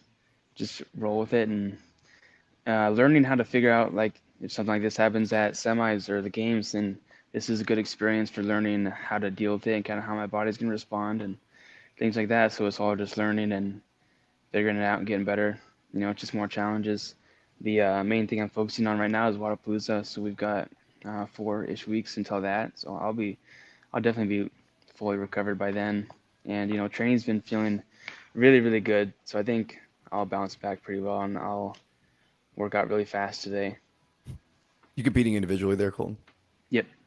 Mm-hmm. And team? No, I don't really do that team thing anymore. Last time you beat me. That's the last time you was on the team. Knocked me out of regional or the games. Why? I'm kind of surprised someone like you isn't doing both. You seem like you're you're game for just glutton for punishment. I thought about it, but if I was gonna do both, I'd want it to be with a competitive team.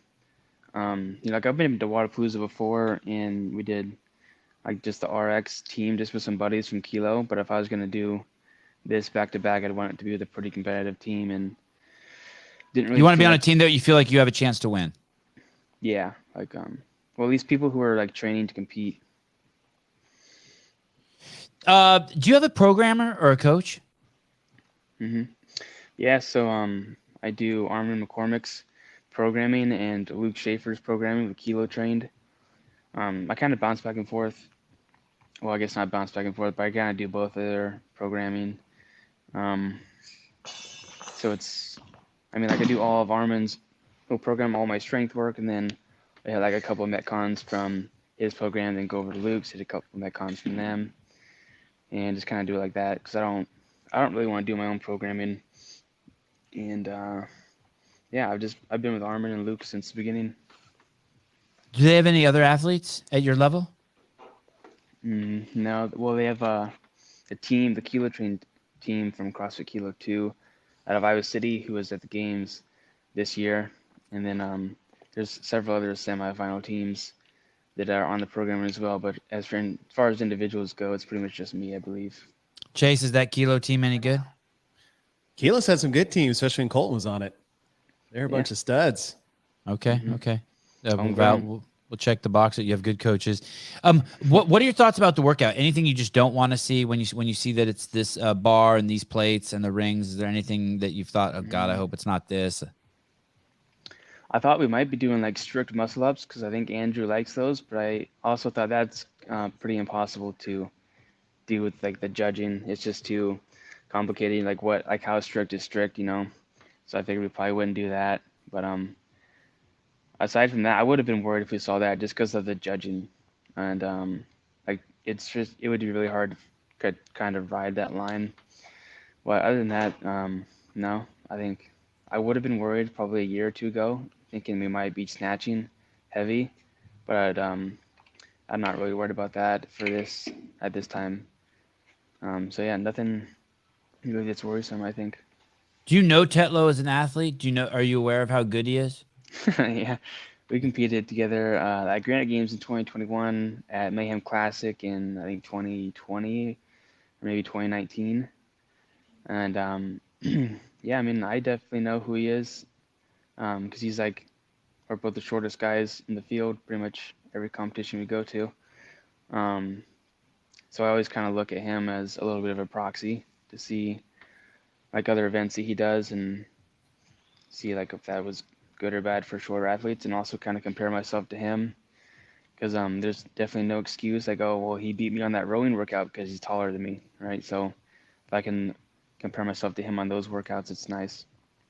So it's kind of like how DeLugos looks at Fikowski. He's like, hey, I can't use my height as an excuse because this guy's figuring that shit out. Yeah, exactly. And this is like I know if he beats me on our rowing wall ball workout, it's because he's fitter than me, not just because I had a disadvantage in those movements, because he has the same disadvantage. This Wadapalooza, when you go to Wadapalooza, will you show up there?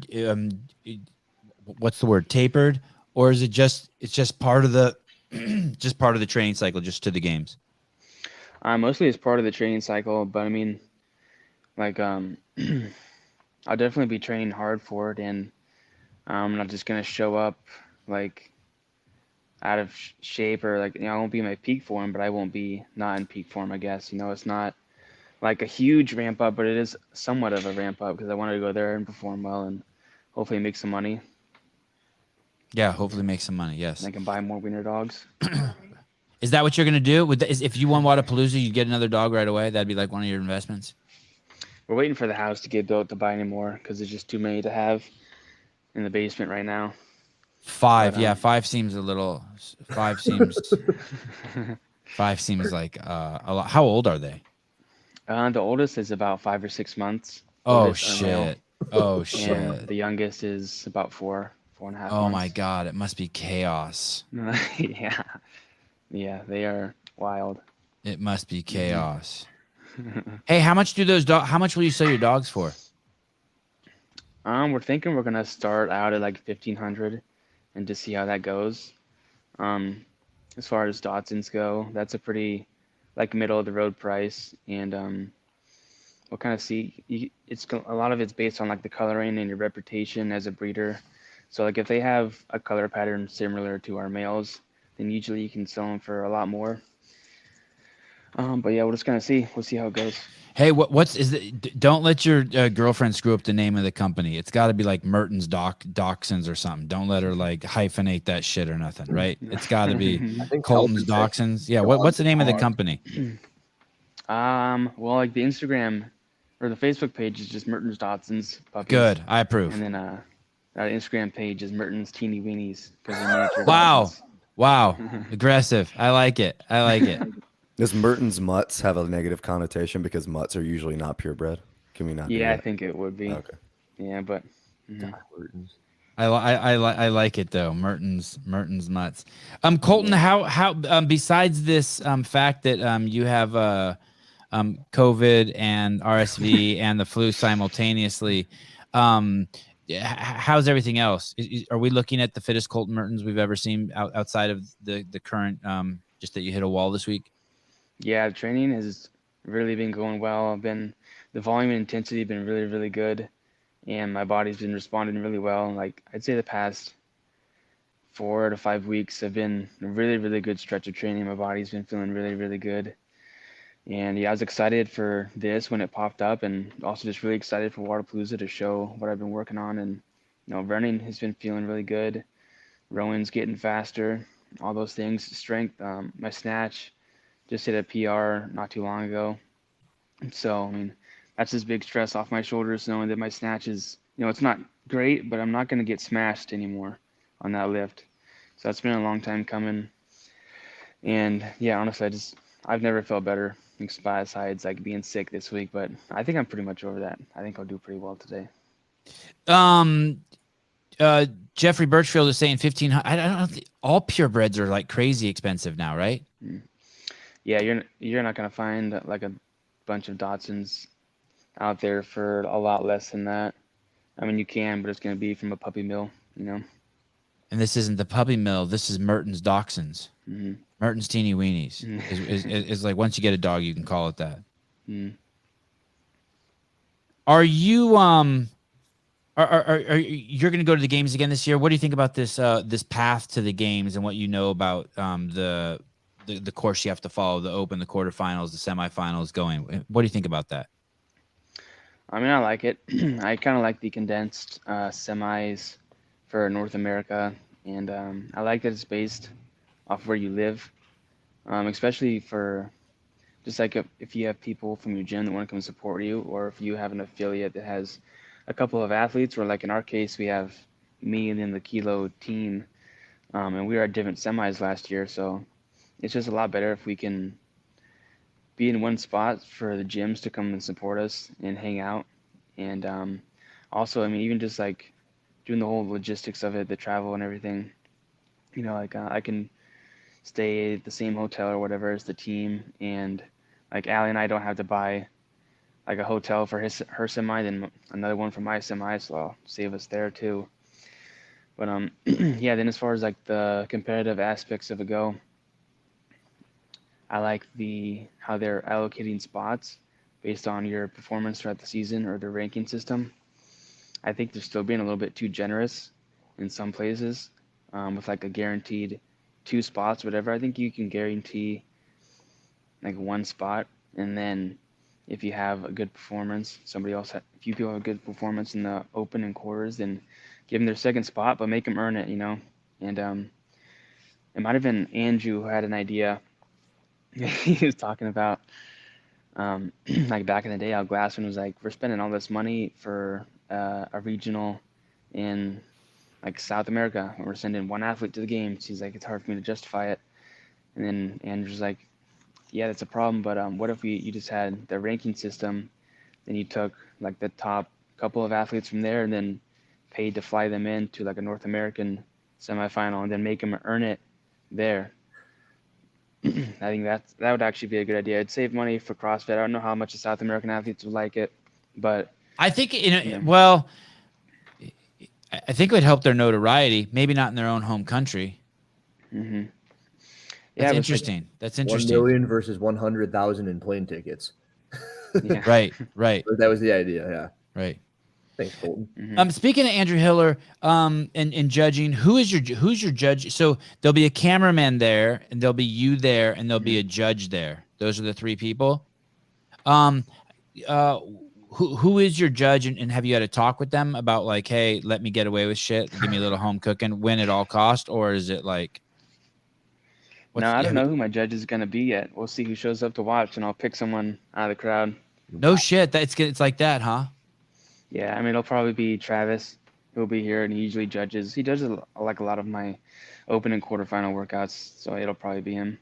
But I haven't like had a chat with him about it yet. Allie will be my camera woman. Yeah. She will be your she's gonna shoot it on an iPhone. Yeah. And how will you know where Tetlow is if you're racing against them? We've made the assumption that it's an AMRAP, and at the end it'll be Colton's 79 reps, Tetlow's 79 reps tie. How will they? Who's going to tell you where he's at, or do you have a plan for that? Ideally, you would have like some people watching the live stream, and then being able to say like, hey, you're 3 reps ahead, you're 4 reps ahead, or whatever as you go, but. I don't know if that'll work out logistically. We'll see. But ideally, that's what I'd like to do, and then just have them kind of yell at me and tell me what's going on. But otherwise, it's just head down and hammer away. There is some room for error doing it that way, because let's say they tell you you're 4 reps ahead, but somehow they're YouTube buffered, and they're actually behind you. I know how far behind the stream will be. I don't know if that's like inside information. What do you mean? Like it'll be 1 or 2 seconds behind what people are actually seeing at home, or when we were testing it, I was like clapping on one side, and I was saying how long it would take for it to come up on the stream. So there is a lag. Yeah. It's I mean, if they're watching just the stream and not watching me live, then they should be able to at least tell me where I was at 10 seconds ago or whatever. Right. Andrew, how are you going to start them both at the same time? How does that work? I'm going to have a clock on me, and it's just going to go off of that. So they will be designated to stop, and then it's just going to go completely off of the stream, the way it's going to look on the camera on the stream. I wasn't able to follow that at all. Let me. Let's say I'm sitting here, and then there's a clock right here. It's just going to be going off of that. I'm going to be sitting here. Brian's going to have his own little screen. And then we're going to tell the camera person that they're going to be letting them know when there's 10 seconds left, when there's 3, 2, 1 time. And then based off of exactly what happens on the screen on the stream with the timer there, that's when they'll be stopping. Will you? How will it start? They'll hear you. They'll both hear you say 3, 2, 1, go. Internet. God, I hope you have a better internet connection. I do. The internet will be better. How will they know when to start? Same way. 10-second countdown. The camera person will be saying. So they'll actually start a second late if there's a buffer, but it'll be the same second. Did you hear that? Are they out? Okay. Hey, I'm gonna fix my internet. Okay. Okay. We're back. Very, very kind of you. Oh, we're not going to get to walk through the log cabin. Colton, you think this is going to get dark? You think this one's really going to hurt more than what you're used to? You think this is going to be reminiscent of a real competition, like you're back at, Rogue, Wadapalooza, CrossFit Games?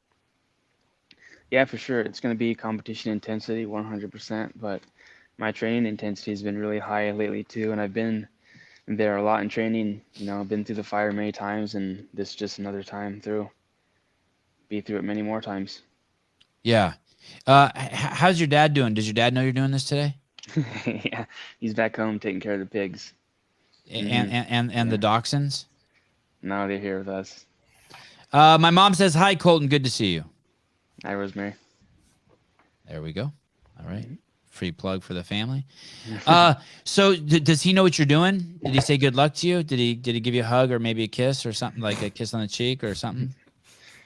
No, he called me this morning, said good luck and whatnot, and asked me how I was feeling, all that stuff. So he's known, I guess, this week that I've had to do this, and I've been sick and whatnot and at the farm. But so he's been kind of not making me work as much, but I've still been, I was washing a pig barn most of this week which really sucks because you get, wet and cold and full of poop and it's cold out. No, But, I don't know, but I don't know. No, I don't know. You take like a pressure washer, where it's kind of like an industrial size one, and you go through the barn. And you have to spray all the poop off everything and off the walls, the floors, and everything. Clean out all the feeders, and then you go back through with some disinfectant and spray everything down with that, and then it's all ready for a new group of pigs. And then do you wear a mask when you do that?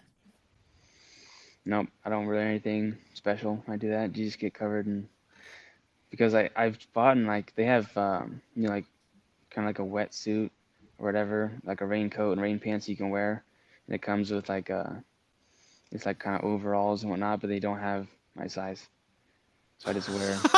Yeah, that's awesome. And it's more annoying tripping over my pants than it is getting wet, so I just deal with it. Hey, can't you take a pair of scissors and just cut the bottom off? Well, then they'll rip up, like they just kind of get torn all apart because then the hem is ruined. Yeah. Hey, I tried that before. JR, he's got to get a mask, right? He can't be breathing that shit in, right? Just like poop flying around and chemicals and shit. Does he need a mask? I trust that he's good. Yeah, I trust he's already used to stuff like that. I don't think he needs to worry about it. Ryan Oakes is also a doctor who watches the show. He says, Colton, you better mask up and get quadruple vax in order to clean the pig poop. Colton. I think that pig poop is worse than anything COVID or whatever is going to do to me. I've been naturally vaccinated. Yes, you have been. Any other probing questions for Mr. Mertens, gentlemen? Have we asked him what he thinks the workout's going to be, or if he even tries to play that game? Yes, great question. No, I haven't even been reading you and Wad Zombie's messages to me on that group chat. What time again? I was saying a thumbs up last night, and I don't know what all the stuff Wad Zombie was telling me, but I'll figure it out before we get going here. All right, brother. Thank you. We are an hour and you're already there, right? At the gym. So we're an hour and 18 minutes away. May you compete healthy. We're all excited to see you get at it. And thanks for coming on the show, dude. Yeah, thanks for having me on. It was fun. Thanks for inviting me to do this too. Yeah. Oh, I didn't. Oh, look it. And congratulations. When will the business open? When will the dogs be for sale, you think? By end of 2023? You have a litter? Yeah, sometime around then, late fall, early winter, probably. All right. If you're interested in owning a Mertens teeny weenie, prepare to have the dog at your house in. Did you see Corey's name that he threw out there? Oh no, where is it? Doc Mertens, but spell it DACH. Wow, That's wow. Mm-hmm. You get sued, but it's good. No, it's completely spelled different. It just sounds the same. All right, Colton. Thanks, brother. We'll talk to you soon, and I'll make sure I have Sousa contact you to get you on in the next 3 or 4 years. All right, sounds good. Thanks, buddy. Okay, bye. Bye. Colton Mertens. For anyone who wants to participate in this and add value for yourself and get some money going to the athletes, go to Lawn Chair Leaderboard. I wish I knew what the exact URL was. It's a Tyler Watkins fantasy fitness league, and you go on there and you can register with a bunch of friends, and Tyler's giving a bunch of the money to the athletes. But more importantly, it's just fun. Okay, so it's Lawn Chair Leaderboarding, spelled perfectly.com. In the chat. .com, yeah.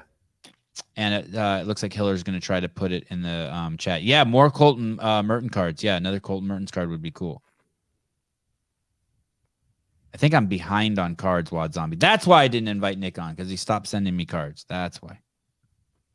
Okay, now you know the real truth.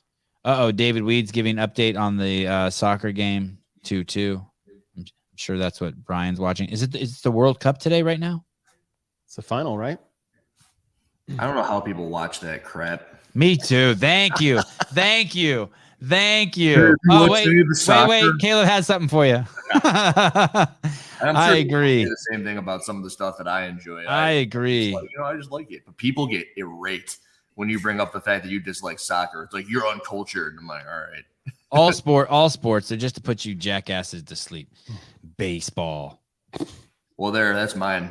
Everyone's like, how do you watch that? And I go, I really, I don't know. I don't. Baseball. I just like stats. I like stats.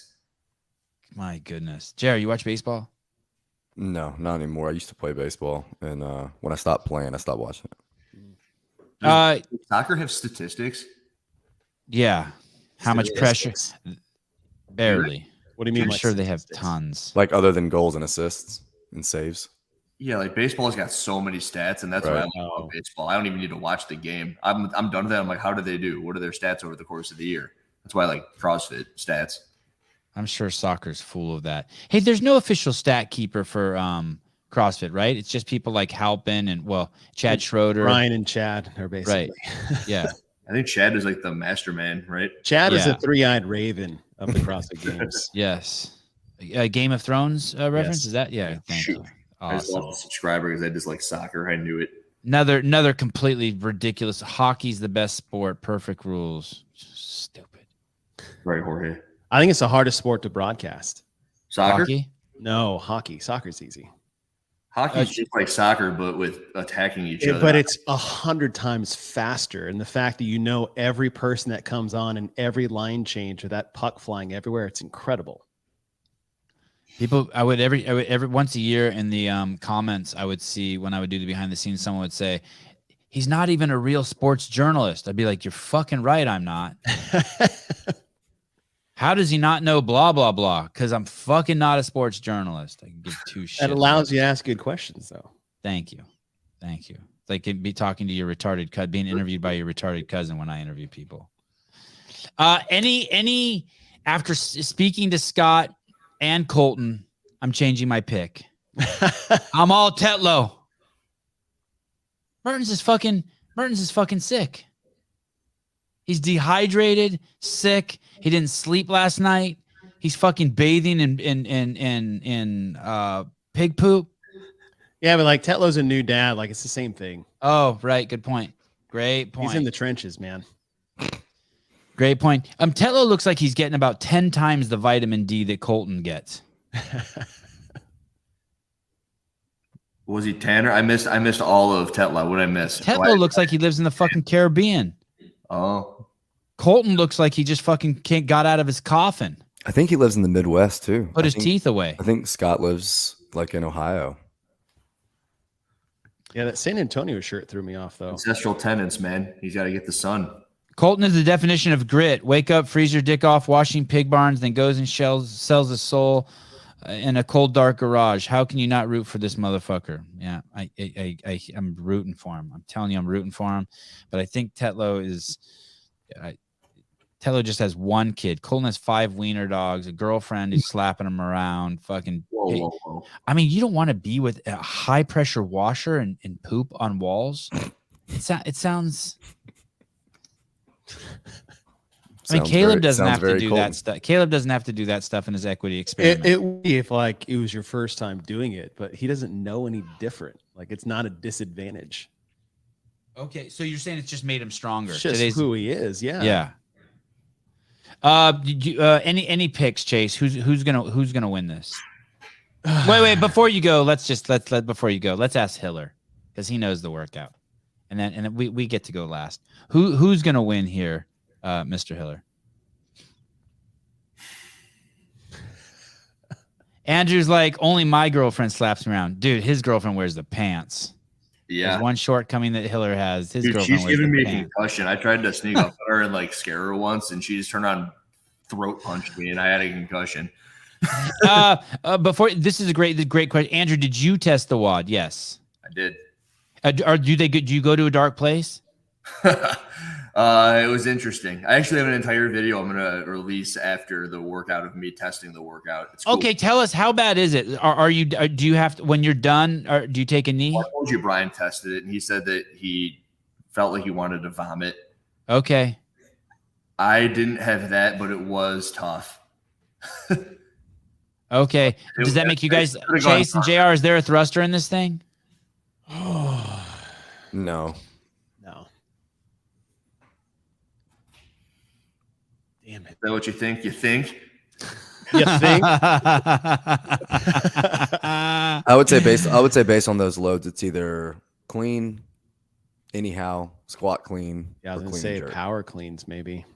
Andrew, are you ever having is anyone listening? Not too many people. Do you ever have sex with Alexis and like whisper movie quotes to her, or like just yell one out? Like she's like she moans and you're like, is that what you think? You think? You like that? I was pausing. Or like you premature ejaculate and you're like, you idiot. It doesn't matter. You seriously, you say movie quotes to her when you're making love to your wife, don't you? You have. No one's watching. I may have. I don't have like a specific instance that I remember, which is an issue because it means I probably have. That is amazing. That is amazing. I'm a one-trick pony, dude. I got movie quotes stored up there. I watched this interview between Kate Gordon and Com Porter. Has anyone seen that? Someone sent it to me and they're like, you got to watch that. And it's just an hour of them talking about having sex. Wow. I'm gonna review it in my next live call-in show. There's some crazy shit they say in there. If you're Taylor, do you have like a friend who's just as apt in movie quotes where you can have a conversation just using movie quotes? No, I got buddies of each different genre that can play with all of them, but not as apt where we can have a full like where you use scene but like the movie quote doesn't really convey the message as to what's happening in the scene. It's like how British people talk. Oh no. I wish that'd be great. You start texting me more then. I will. Why you do movies too, Chase, like that? Yeah. We used to do that with Step Brothers. Like I used to have all like 50 different quotes memorized from Step Brothers. Mm-hmm. Hey, dude, I can't talk I talk to him on the phone anywhere from 1 to 5 times a day. And in every conversation he says, you know that one movie? I'm like, no. Yeah, you're probably at like the bottom of the totem pole. I suck. Yes. You haven't seen fucking anything. I'm a weapon what at you've like seen is Troy. 50 Cent weeknight trivia. You are good at it too, Chase? Yeah. Wow. It's a problem. That and gifts. Oh no. Sounds like you need a YouTube channel. He has one. Don't be mean. He has one. Well, I mean, like I have two technically. But, movie channel. Second one. Give it the programming and. Well, you can't see it. It's on OnlyFans. No, that was never mind. It's called See My Cheerio. So you went to a dark place. Brian almost threw up. We know what the equipment is. We know it's an AMRAP. Any other questions you guys want to ask him before we ask him to pick the winner? Any other things we want to know? Did Brian test out the lightweights of the ascending ladder that it's going to be, and you did the heavy ones? We tested an extremely similar variation of the workout. Okay. Oh, so it's not 275 snatch. Is that what you think? You think? Because Brian's not. I don't think Brian does too. As I was saying, Brian did the first half of the ladder. Oh, here's a good question. Here's a great question. Would I be able to do the workout? Yes. Wow. Ooh. Now we're getting somewhere. Well, so the 45-pound really plates are listen. So now the 45-pound plates are only to stand on. They're to jump to. Yeah, if you they're start to jump the on. workout, technically you're doing the workout. The rings are actually set to 120 inches, and you got to stack the plates. Yes. Hey, what if the weights were to do a jump up too? What if they weren't to use? Would be wicked, wouldn't it? Yeah. Yeah. So then I don't see them saying may use the plates for assistance. And you read the descriptions, huh? JR knows what to do. Hey, words are important. Yeah, they are. I just said that somewhere. So the greatest event of the greatest sport on the planet, loved by billions of peasants worldwide, is minutes away from being decided on penalty kicks. Is that right? Hey. No. 15-minute halves of overtime and then penalty kicks. Shut your mouth. Oh shit, Caleb's sick too. God, everyone's sick. Dude, it's like my favorite part of soccer is penalty kicks. I know. If they said that if Brian said he felt pukey, I think I think there's burpees in there somewhere. Can you tell me why you're caressing your heater? I always, because the heater's so the knobs on the heater are fucking broken, so I can't turn it up high. But I keep thinking there's a dog down there and looking at your heater. This room is freezing. Oh, sorry, Trish. I'm so bummed. I'm so sorry. Yeah, everyone's coughing up a lung. That sucks. That sucks. Okay, so Hiller, who's gonna win? I wanted it to be tight to the point where I don't want to sway anybody. That's part of the lawn chair leaderboarding shtick, yeah. Yeah, it's like, all right, we're gonna change our bets based off Hiller's pick. Did let me ask you this? Did it affect your opinion knowing that Colton was sick? I spoke with Tyler, who created the lawn chair leaderboarding page, and that's all I'm gonna say.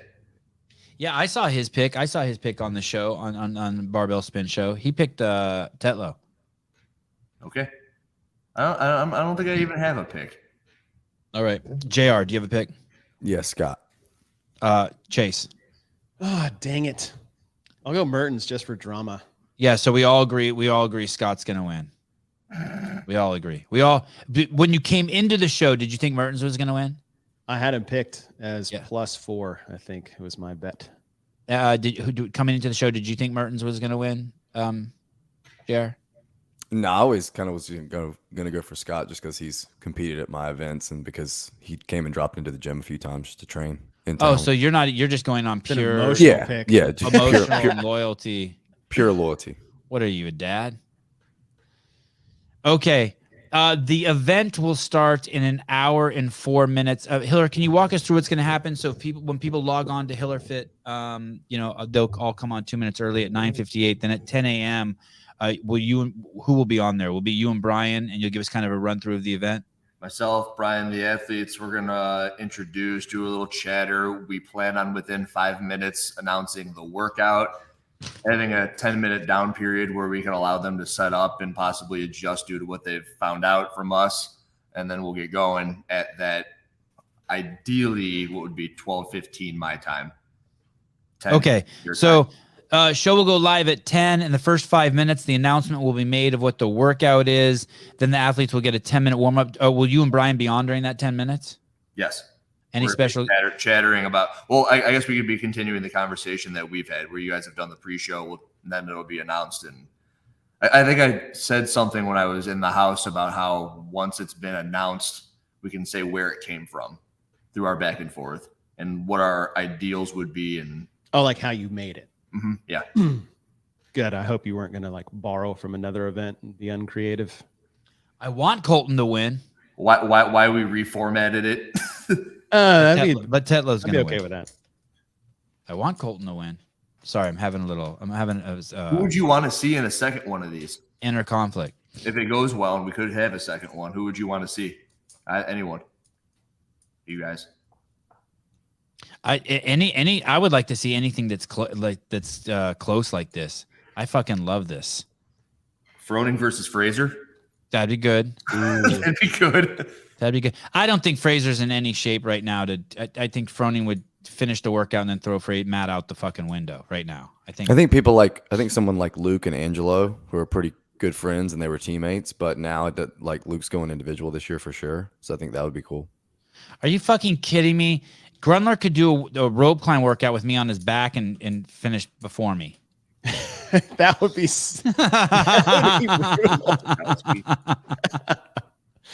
Winner versus Josh Bridges. Ooh, that's cool. Oh, are you fucking kidding me? He's so rickety. He's fucking broken. What do you guys? Everyone who watches the show stuck in the 80s. Josh only has one leg now. And the workout will just be Murph, and we'll let everybody know. Yes. So you know who I'd like to see Emma Carey against Olivia Kerstetter. That'd be good. Yeah. That's what I'd like to see. No? No, actually, if it's balanced enough, yes. Right. Just two young, upcoming, just guns. That would be a fun event to program. Is Scott and Colton are the same athletes, so it's a little bit easier to program something tailored for them. But to program something that offsets two different skilled athletes, but still make it balanced, would be very interesting to see. I'd like to see Dallin Pepper against Samuel Quant. How about that? Well, that's the question too. Like, do you want athletes with similar wheelhouses, and do you want to program them for their strengths so they can really just showcase how good they are at that movement against someone else that's as good at those movements? Or do you want it to be like, protagonist antagonist feel, where you have people with very dissimilar strengths and weaknesses, and try to give them each movements that will balance that out? I think that's tougher. Hey, what if you? I like the winner versus Noah. What if you just had the winner of this, and they just kept getting taller and taller athletes until finally at the end it's like DeLugos or Fikowski? I like the winner stays on. I like the winner stays on format. That's cool. That is not a bad idea. Danny Nichols versus Sevan. Oh man. Yeah, that I would like to see this too. Murad versus Hopper. I'd go against Sporty Beth in something as long as it's not heavy. As long as it's not heavy, we could throw some burpees in God, there. that'd be good. I'd go up against Hip and Steel. Oh yeah, that would be awesome. Which one? That would be awesome. Which Hip and Steel? Yeah. Oh yeah, go up against his daughter and she could avenge him. That would fucking be dope. I would go 2v1. They can tag team a workout, and I would take them down like that Dan Bailey workout from way back when. 3-on-1. Then that one. 3 girls back to back. Yeah. Oh yeah. That I would do anything with Gazan too. Oh yeah, Danielle and Gazan. I would do Gazan and Kerstetter, or Gazan and Emma Carey too. I'd like to see any of that. Versus Glassman. Oh yeah. Or how about this? Hip and Steel versus Sporty Beth. That's good too. God, Thank this you. is good. This is funny. Hiller versus Hunter would be good. Oh, Asia Barto versus Sevan. Great. Grab me by my legs and use me as like a mace. He'd use Sevan like Luke and Yoda on Dagobah. Fuck. He'd use me as a pick to hold. He'd use me as a pick to hold his hair up. Okay, guys. Thank you very much for coming on. Chase, thanks for coming on, joining us. J.R. Howell, thank you. Andrew Hiller, thank you. Brian, may your TV set fall on you and squash you as you fucking watch that stupid ass game. Jeffrey Birchfield versus Sevan. Another toss me out of the room again. Yes, I'd go against the Liver King. We will see you guys in 58 minutes. Wad Zombie is putting on an event called FitWars. It starts in 58 minutes. You go to the Hiller Fit YouTube station. Before you go there, go to the leaderboard, lawnchairleaderboard.com and register. And that helps the athletes out, gets them a little cash in their pocket. Any other way we can get cash in the pockets of the athletes? Will people be donating live anywhere? Is it GoFundMe page? Is there like everyone who's watching just throws in $2 and says like, thank you? Have we disclosed the amount of money that is being given to the athletes? No. It's not small. It's not? No. And $100 gift certificate on Amazon? More. I don't know if this is like common knowledge or not, but I know it started off at $300 for the winner and $100 for the loser, and it's gone up since. Really? And it's because I think Gabe from Paper Street Coffee has jumped on as a sponsor along with Vindicate. Very important to say. Yes. Thank you to Vindicate and Paper Street Coffee for getting behind this event. Thank you, Wad Zombie, for obviously doing it. Go over to Wad Zombie and get all your cards and stuff. Vindicate. Oh, we'll be alive. I didn't know this. We have a code at Vindicate that gets you 15% off. I didn't even know that existed. Jesus. Sorry, Travis. I didn't either, so that's good to know. I don't know if I have it. I know you do now. And then by the way, same with Paper Street Coffee. I don't know if he still is giving 15% off, but I think he is. Make sure you go to the right website, punch in my name, Sevan, and you'll get 15% off. Oh, I just bought some. I didn't even use the code. Damn it. Sorry. You were probably at the wrong website too. No, I got it from the right guy. Thank you, Chase.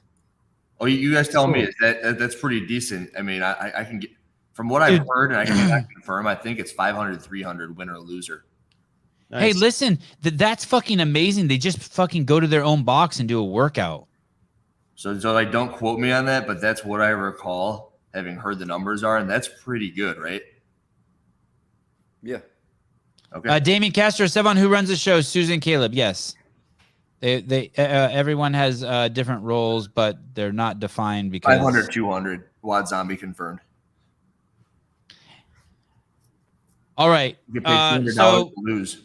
Paper Street Coffee, Vindicate. Spend your money there to thank them. I think they've helped put up the money. I'm sure Wad Zombie's probably put up some of his own money. Oh, there we go. 500, 200. Did you just say that? You could train your entire life to go to the CrossFit Games and finish in the bottom 10, and you won't make shit. Right? Okay. Finish 38th at the CrossFit Games. You lose the FitWars, you still make 200. Wow. Well, and you didn't have to go anywhere. You didn't have to go anywhere or train all year. You just had to say yes to a DM from Wad Zombie. Johnny says Rich wouldn't do it for 500. That's misinformation. Sevan wouldn't do your mom for 500. Damn, that's not true either. That's misinformation too. I thought I'd get a hall pass. I'd get a hall pass. Give her my number. I agree. Probably wouldn't for 500 though. Okay. I will see you guys soon. Thanks again. Hiller, good luck. JR.